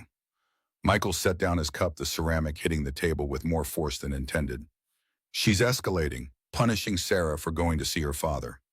Possibly, Director Hayes agreed, but there's more. The allegations include specific references to confidential patient data, information that only someone with inside access to our systems could know. Michael felt cold realization washing over him. You think there's someone working with Mrs. Martinez? Someone inside the center. I don't want to believe it, Dr. Hayes said, but the timing and specificity of these accusations, it's hard to see another explanation. As they discussed possibilities, Michael's phone rang. An unfamiliar New York number. He answered to find a nurse from Memorial Sloan Kettering on the line. "Mr. Thompson, I'm calling about Sarah Martinez. There's been an incident." Michael's heart seemed to stop. "Is she all right?" "She's physically fine," the nurse assured him.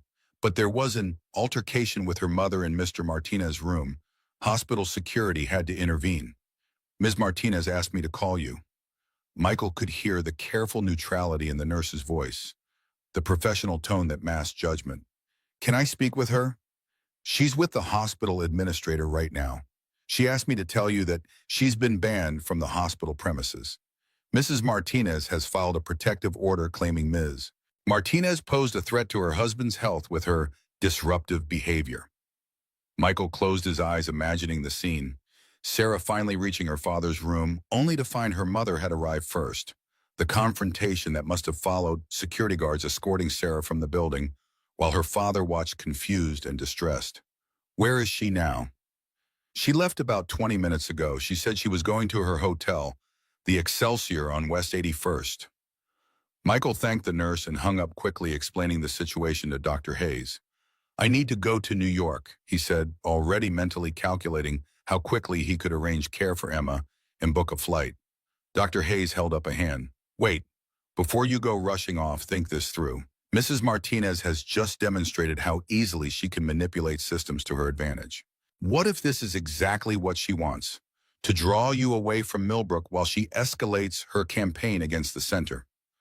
Michael hesitated, torn between his instinct to go to Sarah and the strategic wisdom of Dr. Hayes's warning.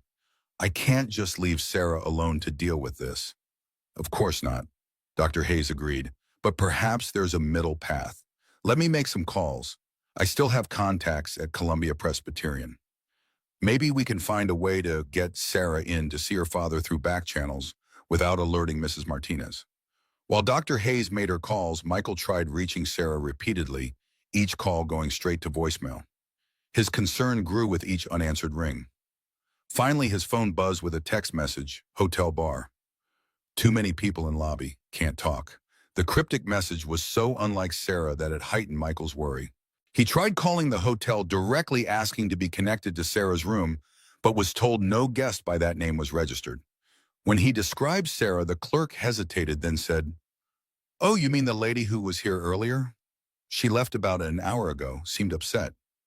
Michael's concern deepened into genuine alarm. Sarah was in an unfamiliar city, emotionally devastated, after being prevented from seeing her dying father and now apparently wandering Manhattan without a hotel room or any clear destination.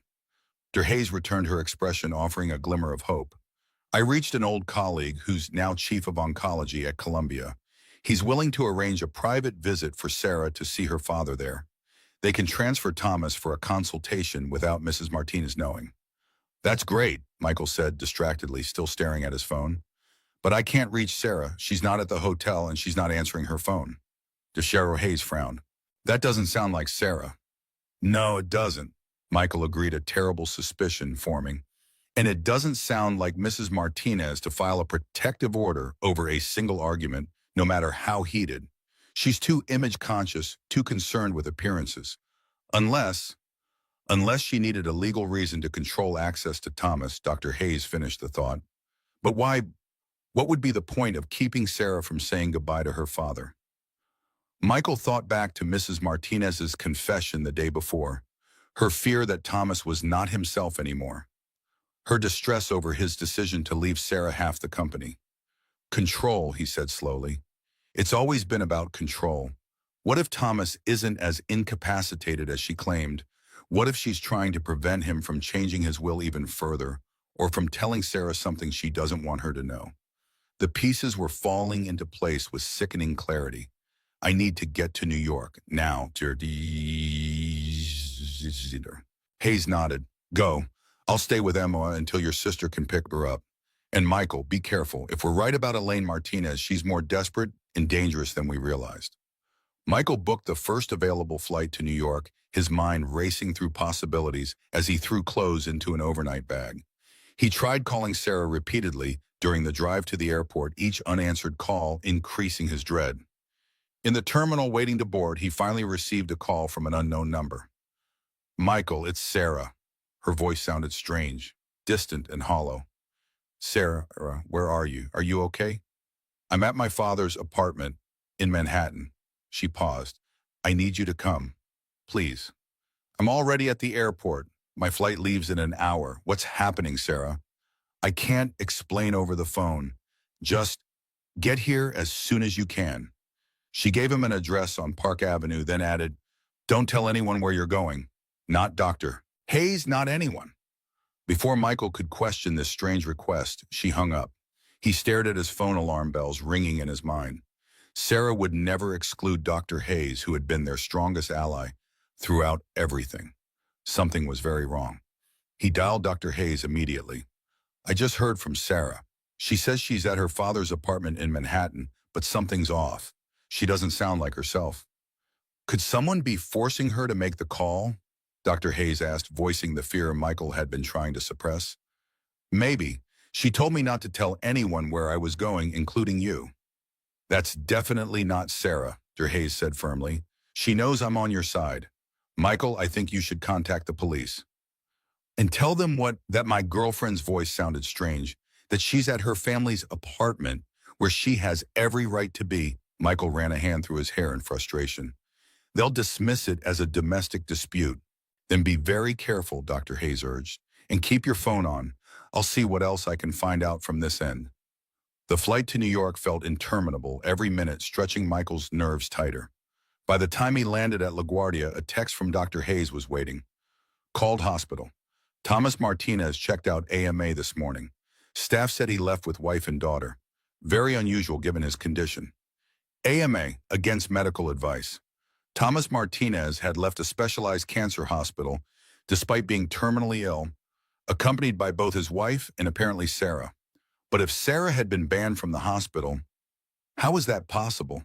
And why would they move a dying man from world-class medical care to an apartment, no matter how luxurious? None of it made sense, and the knot of dread in Michael's stomach tightened with each passing minute. The taxi dropped him at an imposing pre-war building on Park Avenue, where a uniformed doorman eyed him suspiciously. "I'm here to see the Martinez family," Michael explained. "Sarah Martinez is expecting me." The doorman checked a list. "Your name, sir?" "Michael Thompson." After a phone call to the apartment, the doorman directed Michael to the private elevator that would take him directly to the penthouse. As the elevator rose, Michael tried calling Sarah again. No answer. The elevator opened directly into a marble-floored foyer. The apartment was silent, the air heavy with the scent of flowers. Dozens of elaborate arrangements lined every surface, as if for a funeral rather than a homecoming. "Sarah," Michael called, moving cautiously into the spacious living room. "It's Michael." A figure appeared in a doorway across the room. Not Sarah, but Elaine Martinez. She wore a simple black dress, her hair perfectly arranged despite the circumstances. "Mr. Thompson," she said, her voice oddly flat. "You came." "Where's Sarah?" Michael asked, not bothering with pleasantries. "With her father," Mrs. Martinez said, gesturing toward a hallway. "Through there, second door on the right." Michael moved past her, every instinct screaming that something was terribly wrong. The hallway was dimly lit, the walls lined with family photographs, formal portraits of the Martinez family through the years. Sarah as a child, as a teenager, as a young woman in her Marine uniform. Thomas Martinez aging gradually from a handsome man in his prime to a distinguished silver-haired executive. The second door on the right was partially open. Michael knocked softly, then pushed it wider. The room beyond was a master bedroom, converted into a makeshift hospital room. Medical equipment hummed quietly, monitoring vital signs. In the center, on a hospital bed, lay Thomas Martinez, or what remained of him. The vibrant, powerful man from the photographs had been reduced to a skeletal figure, his skin yellowed with jaundice, his breathing shallow and labored. Sarah sat beside the bed, holding her father's hand. She looked up when Michael entered, her face expressionless. "You came." "Of course I came," Michael said, moving to her side. "Sarah, what's going on? Why did you leave the hospital? Dr. Hayes said your father checked out AMA." Sarah's gaze returned to her father. "He wanted to die at home. Mother arranged for private nursing care." Her voice had the same strange, distant quality it had on the phone. Michael crouched beside her chair, trying to catch her eye. "Sarah, look at me. Are you okay?" She turned to him slowly, and Michael was shocked by the emptiness in her eyes. "I'm fine," she said mechanically. "Father wanted to see you too, before the end." "Me?" Michael asked in confusion. "But we've never met." Sarah nodded toward the bed. "He's been asking for you. Go ahead. Talk to him." Michael hesitated, then moved to the other side of the bed, looking down at the dying man.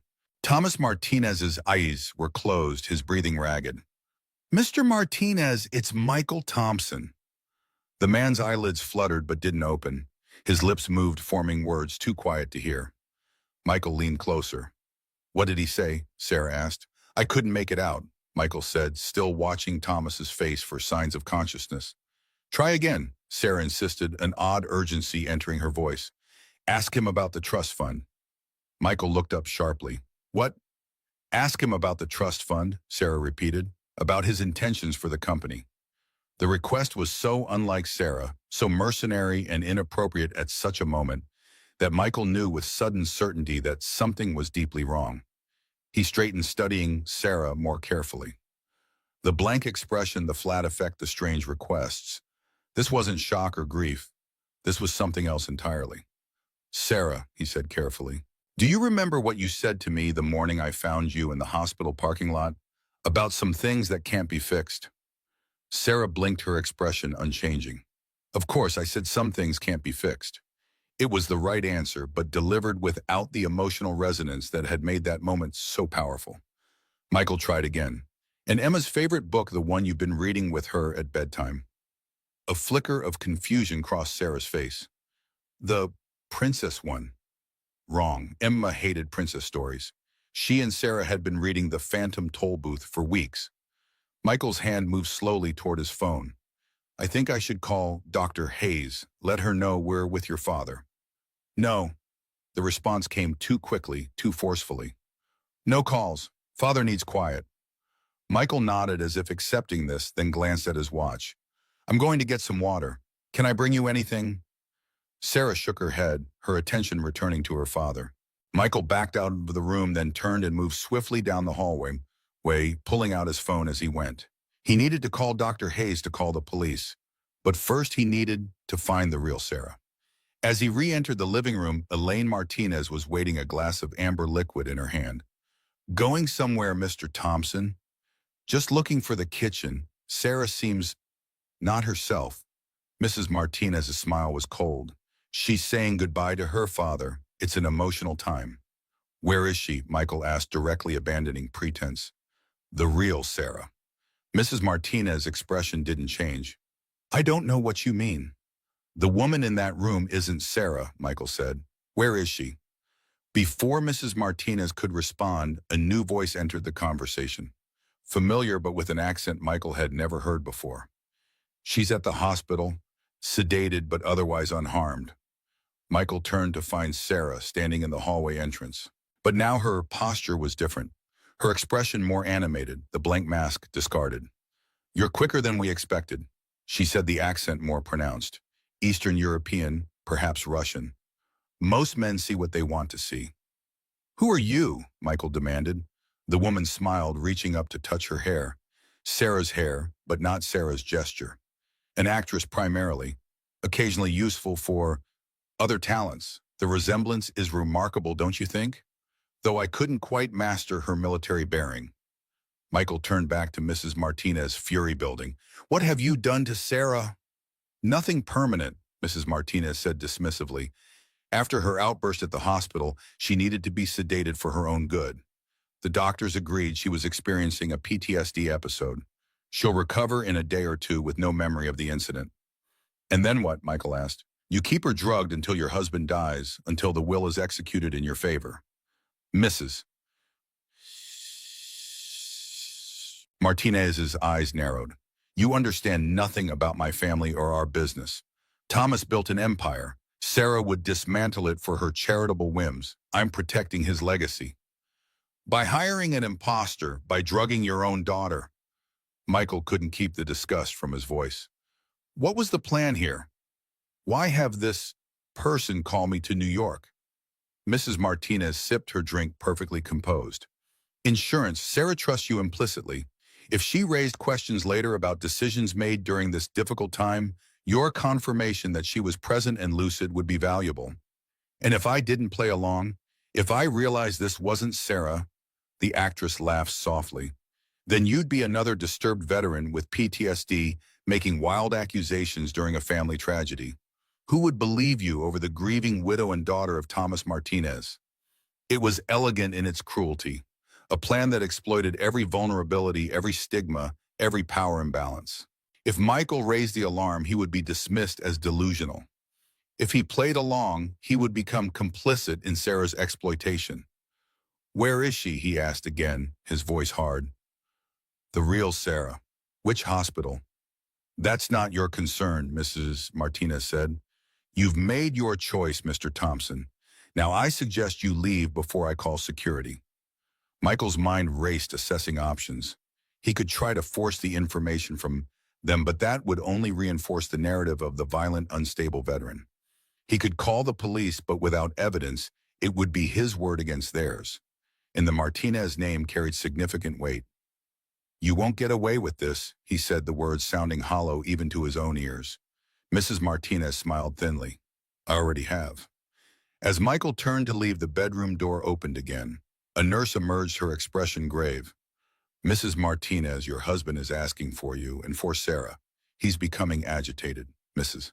Martinez exchanged a quick glance with the actress, who immediately slipped back into her Sarah impersonation. The blank expression, the slightly distant gaze.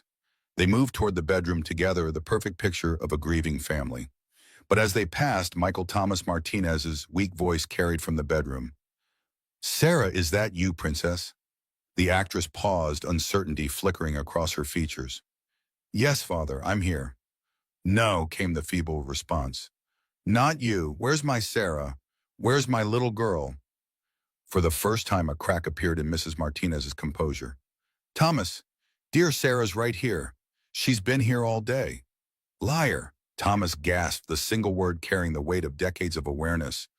"Where is she, Elaine? What have you done?" Michael moved quickly, pushing past them into the bedroom. Thomas Martinez lay propped against pillows, his eyes now open and burning with unexpected lucidity. When he saw Michael, confusion crossed his features. "Who are you?" "Michael Thompson, sir. I'm a friend of Sarah's." Recognition dawned in the dying man's eyes. "The paramedic. She told me about you." His gaze shifted to the doorway where his wife and the actress stood frozen. "That's not my daughter. Where is Sarah Elaine?" Mrs. Martinez moved to his bedside, her voice soothing. "You're confused, dear. The medication?" "Don't lie to me," Thomas interrupted with surprising strength. "Not now. I'm dying, Elaine. At least give me the dignity of truth in my final hours." The room fell silent, the only sound the soft beeping of the medical equipment. Mrs. Martinez's shoulders sagged, the imperious facade crumbling at last. "She had an episode at the hospital, Thomas. The doctors had to sedate her. She's at Bellevue under psychiatric observation." Thomas closed his eyes briefly, pain crossing his features. "You never understood her. Never saw her strength." "I saw her vulnerability," Mrs. Martinez countered. "Her impulsiveness, her tendency to give her heart to lost causes." She glanced at Michael. "I was protecting her, as I've always done." "No," Thomas said quietly.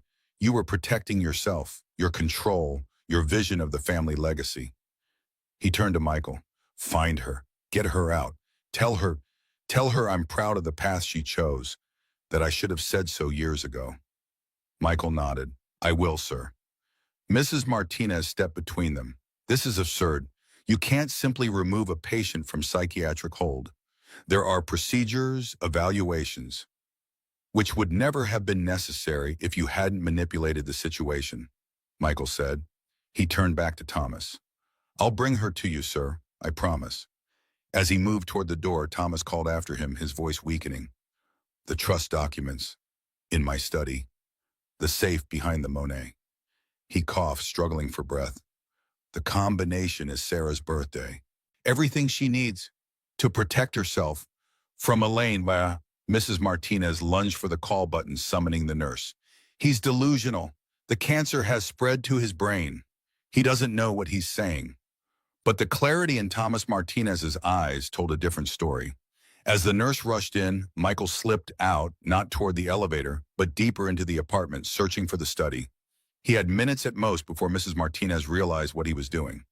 The study was at the end of the hallway, a masculine space of leather and mahogany. The Monet, a serene landscape of water lilies, hung on the far wall.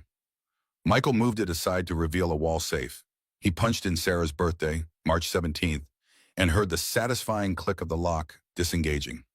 Inside were several folders of legal documents, a small box of jewelry, and a sealed envelope with Sarah's name written in a shaky hand.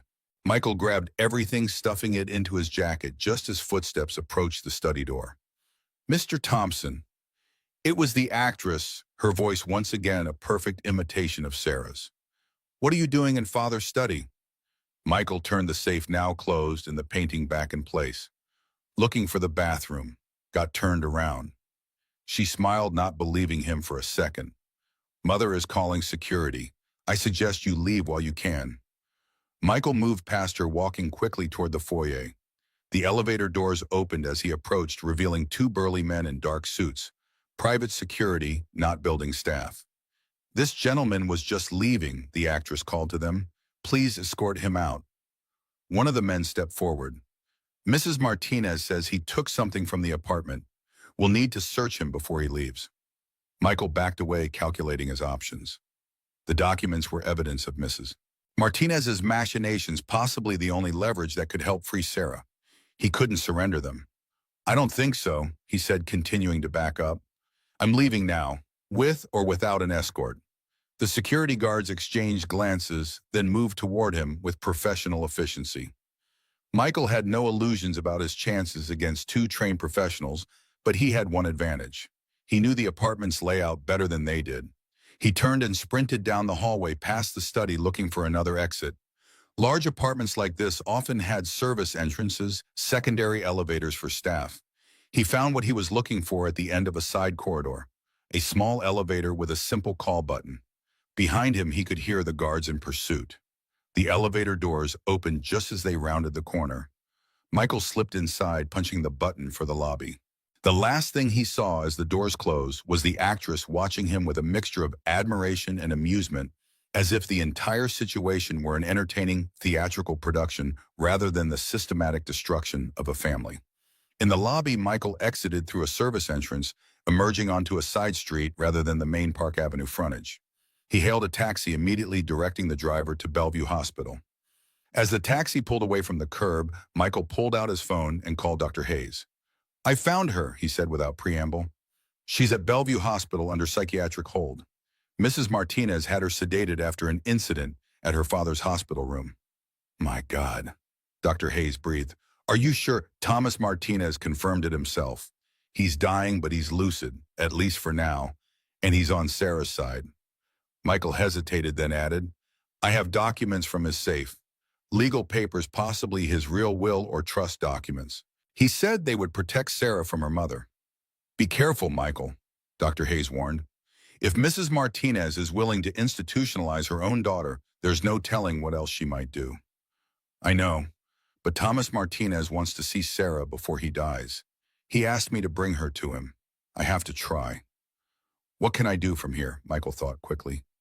"Contact our attorney, let him know what's happening, and call Sarah's therapist, Dr. Sullivan. We might need her professional opinion to counter whatever diagnosis Mrs. Martinez arranged." As the taxi navigated through Manhattan traffic, Michael examined the documents he'd taken. The trust documents were complex legal papers establishing what appeared to be an irrevocable trust in Sarah's name, controlling not just money but a significant portion of Martinez Medical Supply's voting shares. There was also a more recent document, a codicil to Thomas Martinez's will dated just 1 week earlier, explicitly stating that Sarah was to have full control of her inheritance regardless of her mental state, with provisions preventing Elaine Martinez from exercising any form of conservatorship.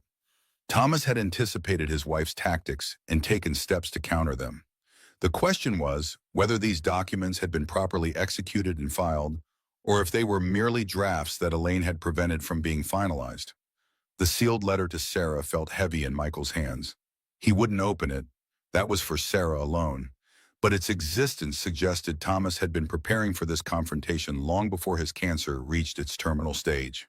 At Bellevue, Michael approached the psychiatric unit with trepidation. How would he gain access to Sarah? What if Mrs. Martinez had left instructions to prevent him from seeing her? He was considering his options when his phone rang. An unknown New York number. Michael Thompson, he answered cautiously. Mr. Thompson, this is Dr. William Chen from Memorial Sloan Kettering. I understand you're trying to locate Sarah Martinez. Michael tensed. Who told you that? Thomas Martinez himself. He called me directly requesting my help. He was my patient until this morning's unusual discharge. Is he all right? Michael asked. As well as can be expected for someone in his condition, Dr. Chen replied, but he's very concerned about his daughter. He believes she's been involuntarily committed under false pretenses. She has, Michael confirmed. I'm at Bellevue now trying to figure out how to reach her. That's why I'm calling.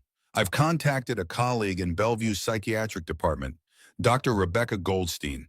She's reviewing Mrs. Martinez's case now and has some concerns about the circumstances of her admission. She's expecting you at the north entrance to the psychiatric wing. Michael felt a surge of hope.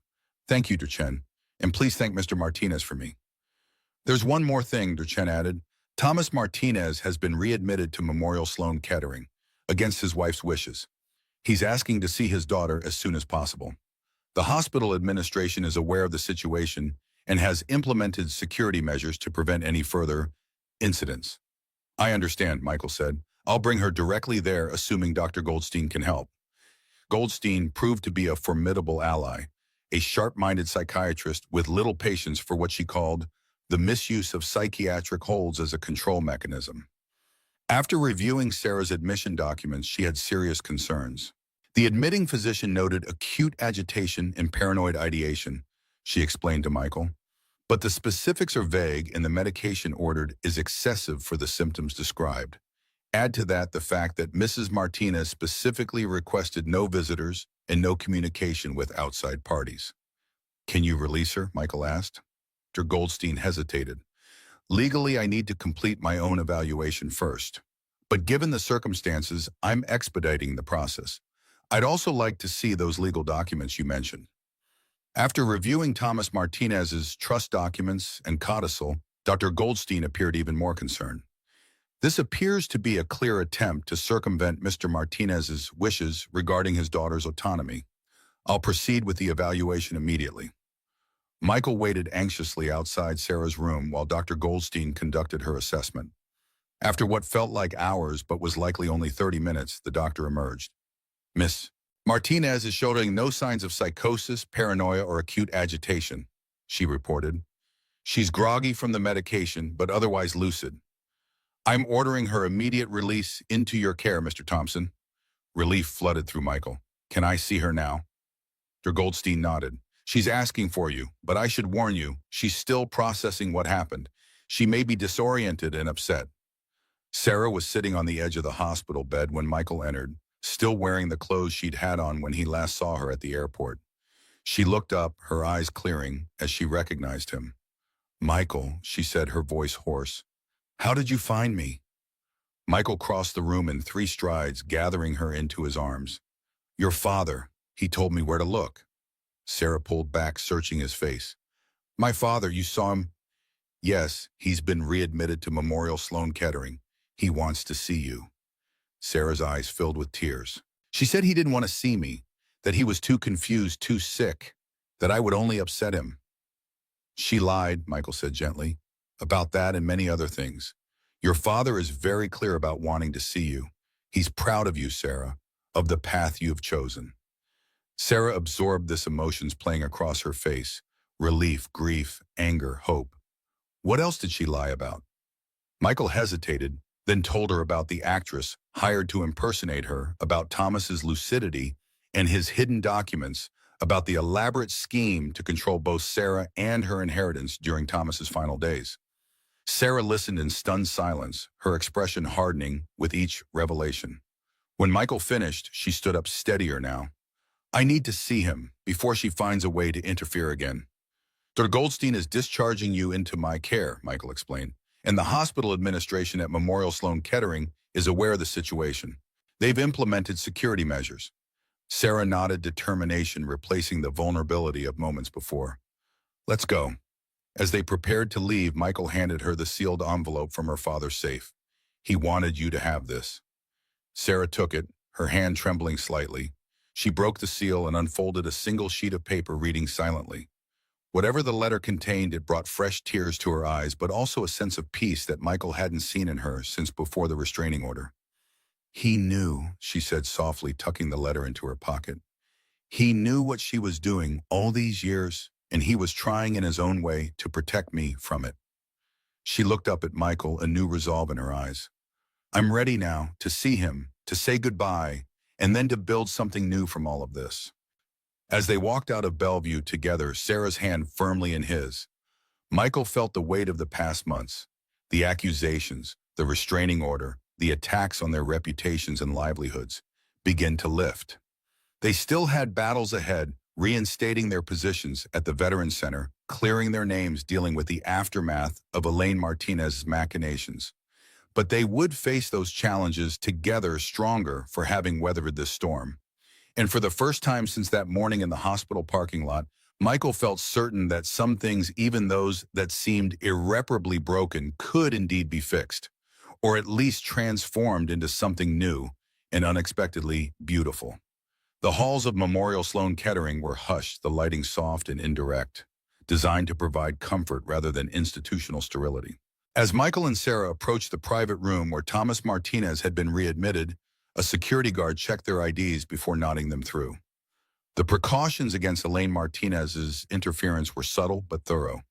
Sarah hesitated at the threshold, suddenly uncertain. What if we're too late? What if he's not lucid anymore? Michael squeezed her hand. We'll deal with whatever we find. Together. They entered to find Thomas propped up against pillows, oxygen tubes in his nostrils, an IV in his arm.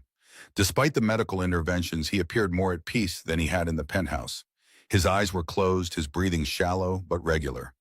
Dr. Chen stood by the bed, monitoring vital signs. He looked up when they entered, relief evident in his expression. Ms. Martinez, I'm glad you're here. Your father has been asking for you. At the sound of voices, Thomas's eyes fluttered open. For a moment, his gaze was unfocused. Then it sharpened as he recognized Sarah. Princess, he whispered, using the childhood nickname Sarah had mentioned only once to Michael. You came. Sarah moved to his bedside, taking his frail hand in hers. I'm here, Dad. Dr. Chen motioned to Michael. Let's give them some privacy. As they stepped into the hallway, he added in a low voice, the cancer has spread significantly. We're making him comfortable, but realistically, he has hours rather than days. Michael nodded, absorbing the gravity of the situation. What about Mrs. Martinez? Has she tried to intervene? She called twice, demanding to be allowed to see her husband. When informed of the restraining order he requested against her, she threatened legal action. Dr. Chen's expression was professionally neutral, but his tone conveyed disapproval. Hospital security is prepared if she attempts to enter in person. Inside the room, Sarah sat close to her father, their hands still linked. I'm sorry, Thomas said, each word clearly an effort, for not standing up to her, for not supporting your choices. It's okay, Dad, Sarah said, tears tracking silently down her cheeks. No, he insisted with surprising firmness. It's not okay. I was a coward. Easier to focus on business. Let her handle family matters. He paused, gathering strength. Should have told you how proud I was when you joined the Marines, when you became a doctor, when you chose to help others instead of chasing money. Sarah's composure broke, quiet sobs shaking her shoulders. I needed to hear that so much. Thomas squeezed her hand weakly. Did Michael find the documents? Yes, Sarah confirmed. The trust papers, the codicil to your will. Good. Thomas closed his eyes briefly. Your mother will fight it. She's already put her plans in motion. The actress, the psychiatric hold. Just the beginning. Why now? Sarah asked. After all these years of controlling me through the family money, why go to these extremes? Thomas's expression grew somber. Because I finally stood up to her, changed my will, gave you control of your half, independent of her approval. He coughed the effort, leaving him drained. She'll claim I wasn't competent, that the cancer affected my judgment. We have Dr. Chen's assessment, Sarah assured him, and Dr. Goldstein's report from Bellevue. They both confirm you're lucid, making your own decisions. Thomas nodded weakly.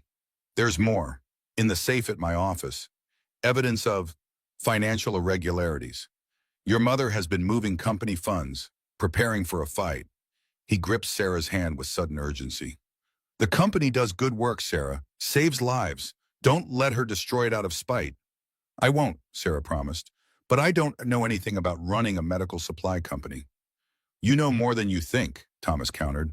And you have good people around you. His gaze shifted to the doorway where Michael stood. People who see your worth beyond your name or your money. Michael approached the bed, uncomfortable with eavesdropping, but drawn by Thomas's acknowledgement. Sir, Thank you, Thomas interrupted, for finding my daughter, for bringing her to me. He looked between them, a ghost of a smile touching his lips. You're good for each other. I can see that. Chen returned, apologetically checking monitors and adjusting medication. The pain, he asked Thomas. Manageable, Thomas replied, though the tightness around his eyes suggested otherwise. I can increase the morphine, Dr. Chen offered. Thomas shook his head slightly. Not yet. Need to stay clear. A little longer. He turned back to Sarah. Tell me about your work. The Veterans Center, the PTSD treatments. I want to hear while I still can. For the next hour, Sarah talked about the center, about the innovative treatments they were developing, about the lives they were helping to rebuild. Thomas listened intently, asking occasional questions that revealed both his business acumen and his genuine interest. Michael contributed when asked, but mostly watched the healing taking place between father and daughter. Not complete, not perfect, but real and profound in the time they had left. As evening deepened into night, Thomas's energy began to fade. Dr. Chen increased his pain medication, warning them that it would likely affect his lucidity. You should say what needs to be said, he advised gently. Thomas beckoned Sarah closer. The company foundation, he whispered. Use it. Fund your center, your research. Make it my legacy too. I will, Sarah promised. We'll help so many people, Dad. Thomas smiled faintly. That's my girl. His gaze shifted to Michael. Take care of her. Not that she needs it, but everyone needs someone in their corner. I will, sir. Michael set his throat tight with emotion for this man he had only just met. Thomas's eyes began to drift closed, the medication taking effect. Love you, princess, he murmured. Always have. I love you too, Dad, Sarah whispered, pressing a kiss to his forehead. They remained through the night, Sarah unwilling to leave, even when Thomas slipped into unconsciousness. Michael dozed in the recliner by the window, waking occasionally to check on Sarah, to bring her water or coffee, to remind her to eat something from the tray a nurse had brought. Shortly after dawn, Thomas Martinez took his last breath, his daughter's hand in his final affairs, in order his conscience as clear as he could make it in the time he had left. There was no drama, no last-minute rally, just the quiet ending of a life that had been lived with both significant achievements and profound regrets. Sarah sat motionless for several minutes after Dr. Chen confirmed the death, her face composed, but her eyes reflecting a complex mixture of grief and relief. Finally, she stood, kissed her father's forehead one last time, and turned to Michael. Let's go. There's a lot to do. Are you sure? Michael asked, concerned by her abrupt shift. We can stay as long as you need. I'm sure, Sarah said firmly. Dad gave me the tools to fight back against my mother. The best way to honor him is to use them. They left the hospital into the brightness of a Manhattan morning, the city already humming with activity, indifferent to their personal tragedy. Sarah walked with purpose, her grief contained, but not denied, channeled into determination. Where to first? Michael asked as they reached the street. Dad's office, Sarah decided. We need whatever evidence he mentioned before Mother realizes he's gone and tries to remove it. Martinez Medical Supply's headquarters occupy the top floors of a sleek midtown tower. As they approached the reception desk in the marble lobby, Sarah straightened her shoulders, adopting the bearing that had served her through military service and surgical residency. Sarah Martinez to see Jonathan Weber, she told the receptionist. He's expecting me. It wasn't true, but the confidence in her voice prevented any challenge. The receptionist made a quick call, then directed them to the executive elevator. "Who's Jonathan Weber?" Michael asked as they ascended. "Dad's CFO and closest friend on the board," Sarah explained. "If anyone knows about the financial irregularities Dad mentioned, it would be John." Jonathan Weber proved to be a tall, austere man in his 60s with steel gray hair and penetrating blue eyes. His office was minimalist but elegant, with views stretching across Manhattan. He rose when Sarah entered, his formal demeanor softening. "Sarah, this is unexpected." His gaze moved to Michael, questioning. "This is Michael Thompson," Sarah introduced. "My partner." The word choice, partner rather than boyfriend or friend, was deliberate, establishing Michael's right to be included in the conversation to come. Weber nodded a greeting, then returned his attention to Sarah. "I'm sorry about Thomas. Duchenne called to inform me this morning." "Thank you," Sarah said simply. "Before he died, my father told me about financial irregularities involving my mother. He said there was evidence in his office safe." Weber's expression remained neutral, but something shifted in his eyes. Caution, perhaps, or calculation. "That's a serious allegation. Are you sure Thomas was lucid when he made it?" "Completely lucid," Sarah confirmed.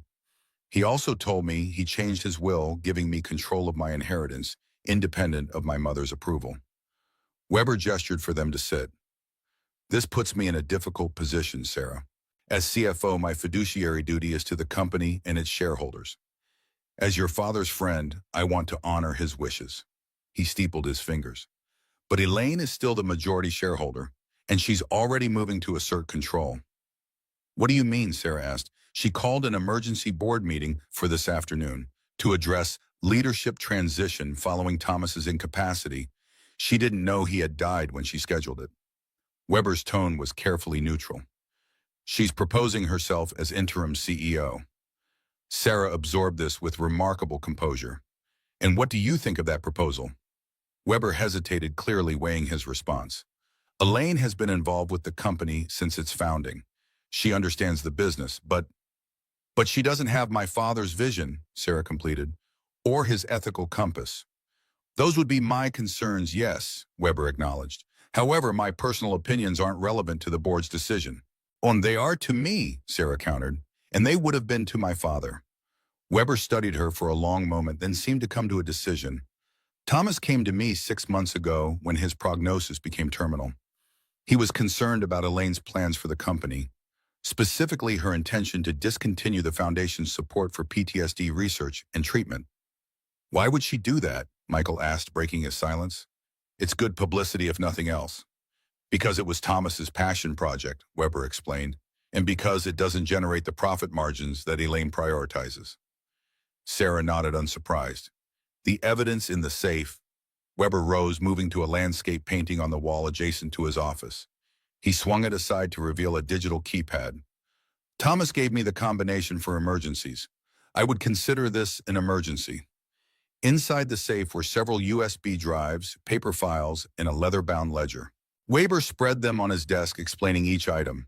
The USB drives contained backup copies of financial transactions that Elaine had authorized without proper board approval. The files documented her gradual consolidation of power within the company, and the ledger, kept in Thomas's meticulous handwriting, tracked a pattern of decisions that prioritized profit over patient welfare. Decisions Thomas had opposed but had been outvoted on by board members loyal to Elaine. "None of this is necessarily illegal," Weber cautioned. "Unethical in some cases, certainly, but carefully maintained within technical, legal boundaries." "It's enough," Sarah said, reviewing the materials. "Combined with her actions against me, the false restraining order, the psychiatric hold hiring an actress to impersonate me, we can build a case that she's unfit to lead the company my father built." Weber looked troubled. "Those are serious accusations, Sarah." "Do you have evidence?" Michael explained about Dr. Goldstein's report from Bellevue, the testimony they could obtain from Dr. Chen about Thomas's lucidity, and the actress whose identity they could likely discover with proper investigation. "It won't be easy," Weber warned. "Elaine has cultivated the board for years. Many members owe their positions to her influence." "We don't need it to be easy," Sarah said with quiet determination.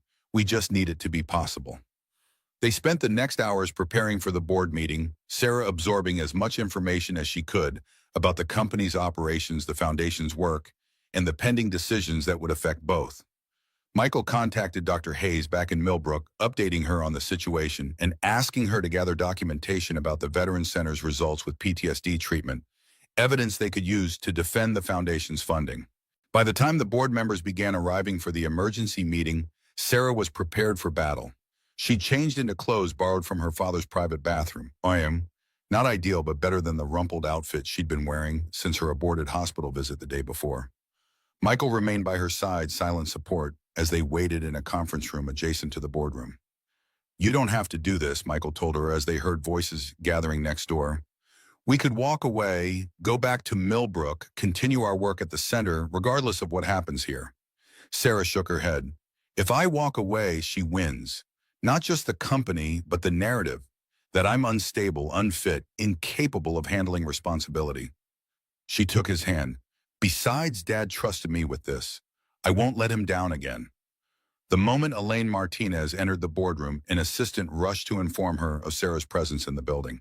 Through the glass partition, Michael watched her composure falter briefly before she reassembled it, her back stiffening as she prepared to confront the daughter she had tried to remove from the equation. Weber came to escort them into the meeting. "I've informed the board that Thomas passed away this morning and that Sarah is here as his designated successor. Elaine is displeased." The boardroom fell silent as Sarah entered, all eyes tracking her progress to the empty chair at the table. Thomas's chair positioned directly opposite Elaine's. Michael took a seat against the wall with other non-board observers, close enough to offer support, but respecting that this was Sarah's arena. "Sarah," Elaine acknowledged, her voice brittle, "this is a private board meeting. While we appreciate your concern for your father's company, this isn't the appropriate time for family sentimentality." "I'm not here out of sentiment, Mother," Sarah replied evenly. "I'm here as Dad's designated successor and the owner of 45% of Martinez Medical Supplies voting shares." A murmur ran through the board members. Elaine's smile remained fixed. "Your father's condition these past weeks rendered him incapable of making binding business decisions. Any recent changes to his will or the company structure would naturally be subject to legal review. Duchenne's medical assessment confirms Dad was fully lucid until the final hours of his life," Sarah countered. "And I think we all know that he's been planning for succession since his diagnosis 6 months ago." Jonathan Weber cleared his throat. "If I may, I can confirm that Thomas discussed his succession plans with me extensively. He was of sound mind and clear about his intentions regarding Sarah's role in the company." Elaine's smile tightened.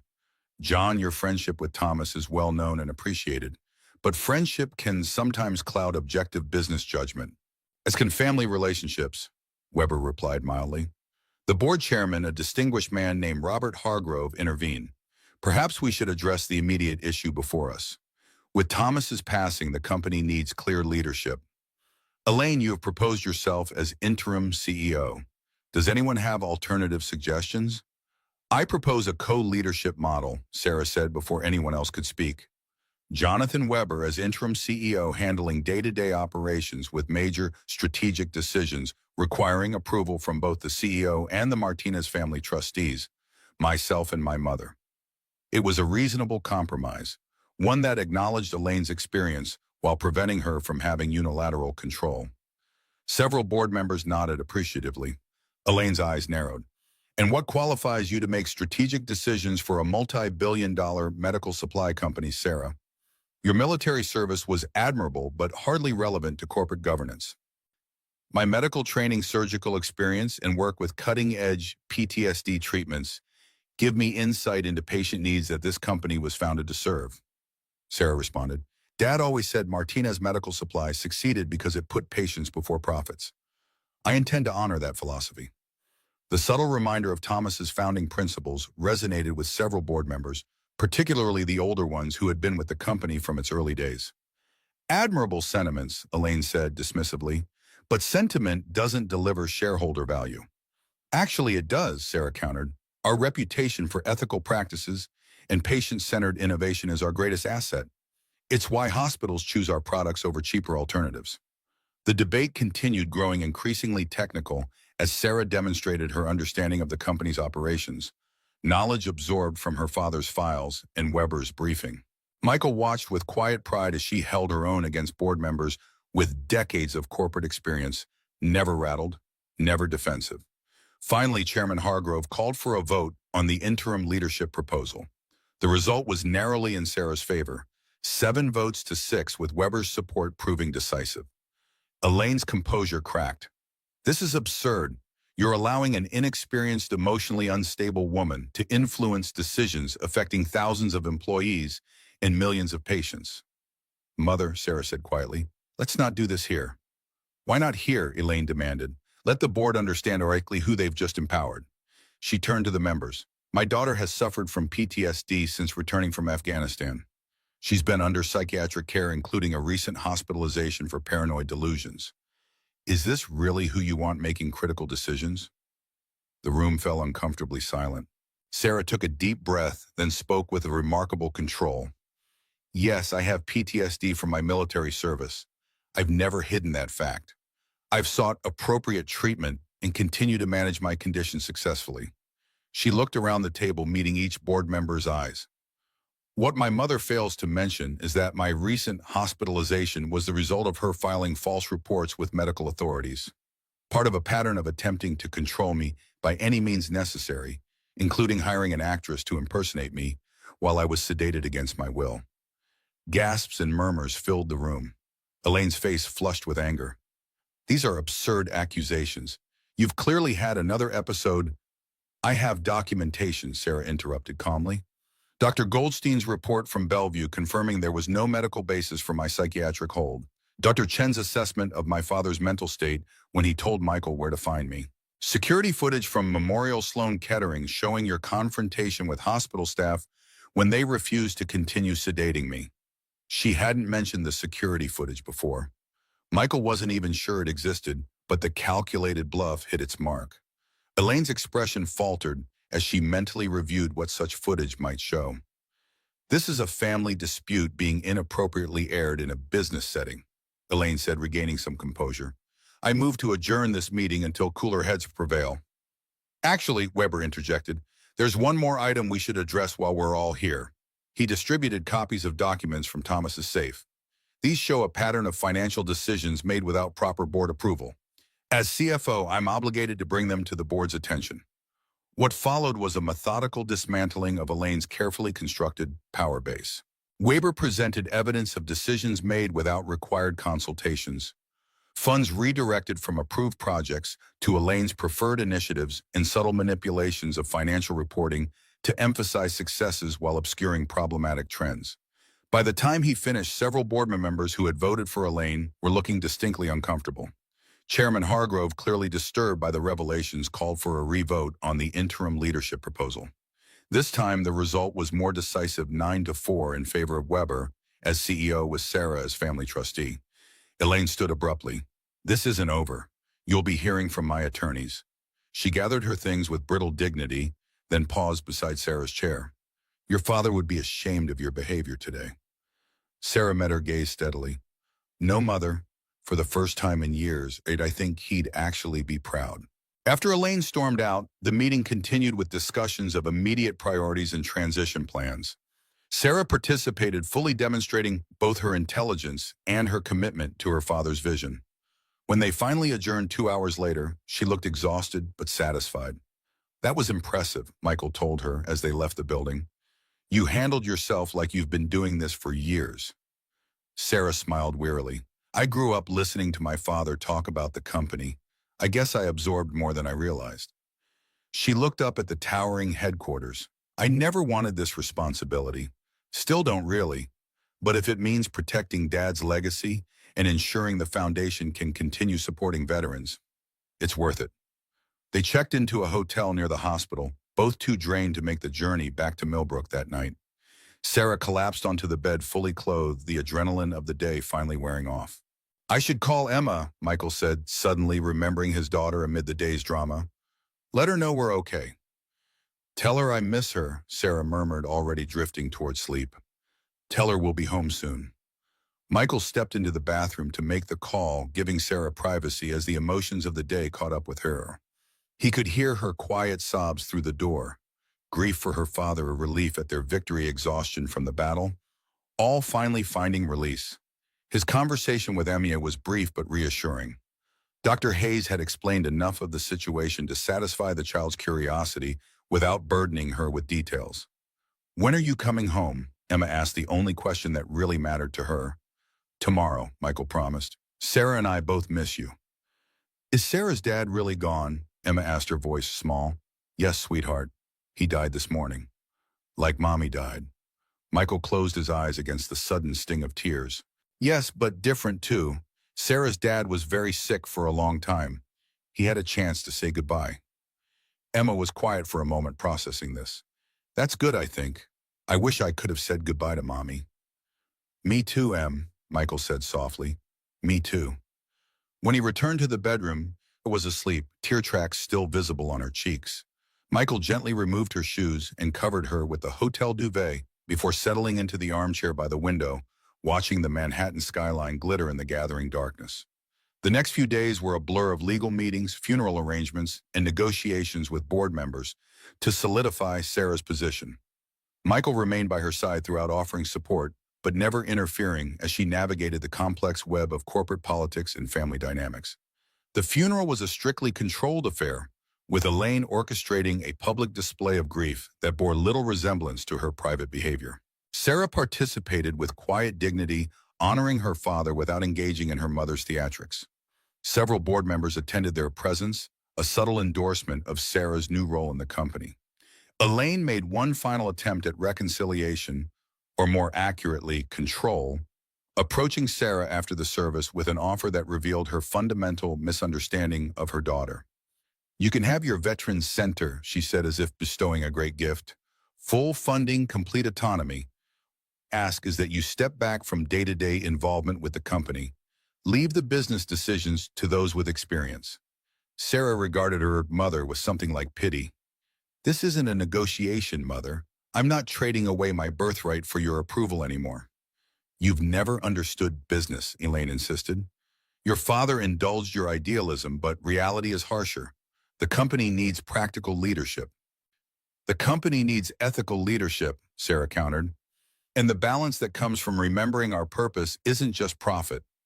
Elaine's expression hardened. "You'll destroy everything we built."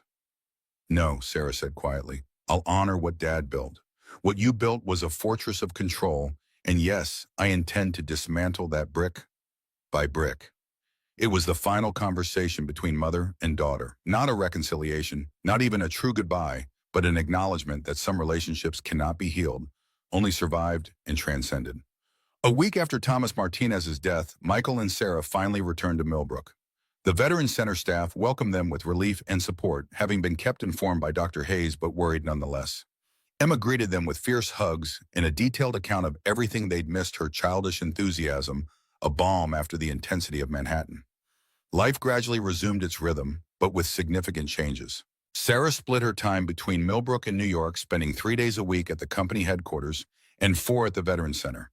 The foundation's funding was secured and expanded, allowing them to implement the advanced PTSD treatments that had been in development. Michael returned to nursing at St. Mary's, his position restored with a formal apology from the administration. He also took on a larger role at the Veterans Center, helping Dr. Hayes integrate their treatment protocols with the hospital's services. 3 months after Thomas's death, on a crisp autumn evening, reminiscent of the day they'd first confronted Elaine together, Sarah found Michael on the front porch of their home. For it was truly their home now, with Sarah's clothes in the closet and her books on the shelves, her presence woven into the fabric of their daily lives. "I have news," she said, settling beside him on the porch swing. "The board approved the merger with Columbia Presbyterian's Research Division. We'll be developing new applications for the VR therapy system, expanding beyond PTSD to other trauma-related conditions." "That's wonderful," Michael said, genuinely pleased but sensing there was more. Sarah nodded, a smile playing at the corners of her mouth. "There's something else, something I've been thinking about for a while." She took his hand, suddenly uncharacteristically nervous. "What would you think about making this arrangement permanent, I mean? This family we've been building?" Michael stared at her, momentarily speechless. "Sarah Martinez, are you proposing to me?" She laughed, the sound bright in the evening air. I guess I am. Badly, apparently. Michael pulled her close, kissing her softly. Yes, he said simply. Of course, yes. Even with everything that comes with me, Sarah asked. The company responsibilities, the PTSD, my mother's ongoing legal challenges. All of it, Michael assured her. The good and the difficult. That's what family means. Emma found them there still talking and planning when she came looking for help with her homework. She settled naturally between them on the swing, her presence completing their circle. Sarah asked me to marry her, Michael told his daughter. What do you think about that? Emma considered this with the serious deliberation only a 9-year-old could muster. Does that mean Sarah will be my stepmom, like in Cinderella? Sarah laughed. Well, I promise to be nothing like the stepmom in Cinderella. Good, Emma said decisively, because that would be weird since you're already like a real mom anyway. She returned her attention to her homework, unaware of the impact her casual acceptance had on both adults. Later that night after Emma was asleep, Sarah found the marine chronometer that had started everything, the broken timepiece that Michael had been carrying when he found her bleeding in the hospital parking lot. It still sat on his dresser, the hands frozen at 11:47, the glass still cracked in its spiderweb pattern. You never got it fixed, she observed, running her finger lightly over the fractured surface. No, Michael admitted. At first it was a reminder of Linda, of the moment everything changed. Then it became something else, a symbol of how life can stop but still continue, how broken things can still have purpose. Sarah nodded, understanding completely. Some things can't be fixed, she said, echoing the words she'd spoken that first morning. But some things don't need to be fixed. Michael completed the thought. They just need to be accepted and loved as they are. Sarah placed the chronometer back on the dresser, then turned to embrace him. I think your perspective is healthier than mine was. When I said those words, I meant that some damage is permanent, some loss is irreversible. And that's true, Michael acknowledged, but it's not the whole truth. What I've learned, what we've learned together, is that broken doesn't mean worthless. Change doesn't mean diminished. Sarah rested her head against his chest, listening to the steady rhythm of his heart. I still have nightmares about Afghanistan. Probably always will. I still miss Linda, Michael admitted. Still feel guilty sometimes about being happy without her. Broken pieces, Sarah murmured. Making something new, Michael added. Outside their window, autumn leaves drifted in the moonlight, each one a small surrender to the changing seasons. Inside, wrapped in each other's arms, they found the peace that comes not from absence of struggle, but from having someone to struggle alongside. Someone who sees your broken places and loves you, not despite them, but with them as essential parts of the whole. 2 years later, on a brilliant spring morning, the Millbrook Veterans Center celebrated the opening of its new PTSD research wing, a state-of-the-art facility funded by the Martinez Foundation and staffed by specialists from across the country. The ribbon-cutting ceremony drew local media, medical professionals, and supporters from the community. Sarah, elegant in her role as foundation director, but still retaining the straightforward manner of her military days, gave a brief speech emphasizing the collaborative nature of the project. This facility represents what can happen when corporate resources meet compassionate expertise, when profit motives align with human needs rather than opposing them. Michael stood nearby now, the center's clinical director, having completed his advanced practice nursing degree. Beside him, Emma fidgeted in her dress clothes, 11 years old, and increasingly resembling her mother in both appearance and spirit. As Sarah concluded her remarks, and the small crowd applauded, a familiar figure approached from the parking lot. Elaine Martinez, immaculately dressed as always, but somehow diminished the imperious confidence, replaced by a brittle dignity. Sarah tensed, then deliberately relaxed. I didn't expect to see you here, she said when her mother reached them. I received an invitation, Elaine replied, from the board. Jonathan's doing, I imagine, Sarah said, naming the CEO who had become her mentor in navigating corporate politics. He believes in reconciliation. A foolish concept in business, Elaine remarked, but without her former bite. She glanced around at the new facility, her expression carefully neutral. Thomas would have approved of this. It's impressive. Coming from Elaine, it was as close to praise as Sarah was likely to receive. Thank you for coming, Sarah said formally. Would you like a tour? The tour was conducted with professional courtesy on both sides, the personal animosity contained within the boundaries of their corporate roles. Emma, initially shy around the grandmother she barely knew, gradually warmed up enough to explain the art therapy room where she sometimes volunteered after school. "You're good with children," Elaine observed as Emma demonstrated the materials available for veterans' families. "I had a good teacher," Sarah replied, nodding toward Michael, who was explaining the clinical facilities to a group of medical professionals. "He showed me that family is built through daily choices, not just blood." Elaine absorbed this, her expression unreadable. "I never understood you," she said finally. "Even as a child, your father did, though." "Yes," Sarah agreed, "he did." No dramatic reconciliation occurred, no tearful embrace or explicit forgiveness. But as Elaine prepared to leave, she hesitated, then reached into her purse and withdrew a small velvet box. "This was your grandmother's. Thomas wanted you to have it, but in the confusion after his death, I kept it." She handed the box to Sarah. "It belongs to you." Inside was an antique locket containing miniature photographs of Sarah's grandparents, Thomas's parents whom she had barely known. "Thank you," Sarah said, genuinely moved by the unexpected gesture. Elaine nodded once, then departed as precisely as she had arrived, leaving behind a small opening where a door had previously been firmly closed. "That was weird," Emma commented as they watched Elaine's car disappear down the driveway. "Is she still the evil grandmother, or is she trying to be nice now?" Sarah laughed, the tension breaking. "People aren't usually all evil or all good, Em. They're complicated. Your Grandma Martinez made some very bad choices, but that doesn't mean she can't ever make better ones.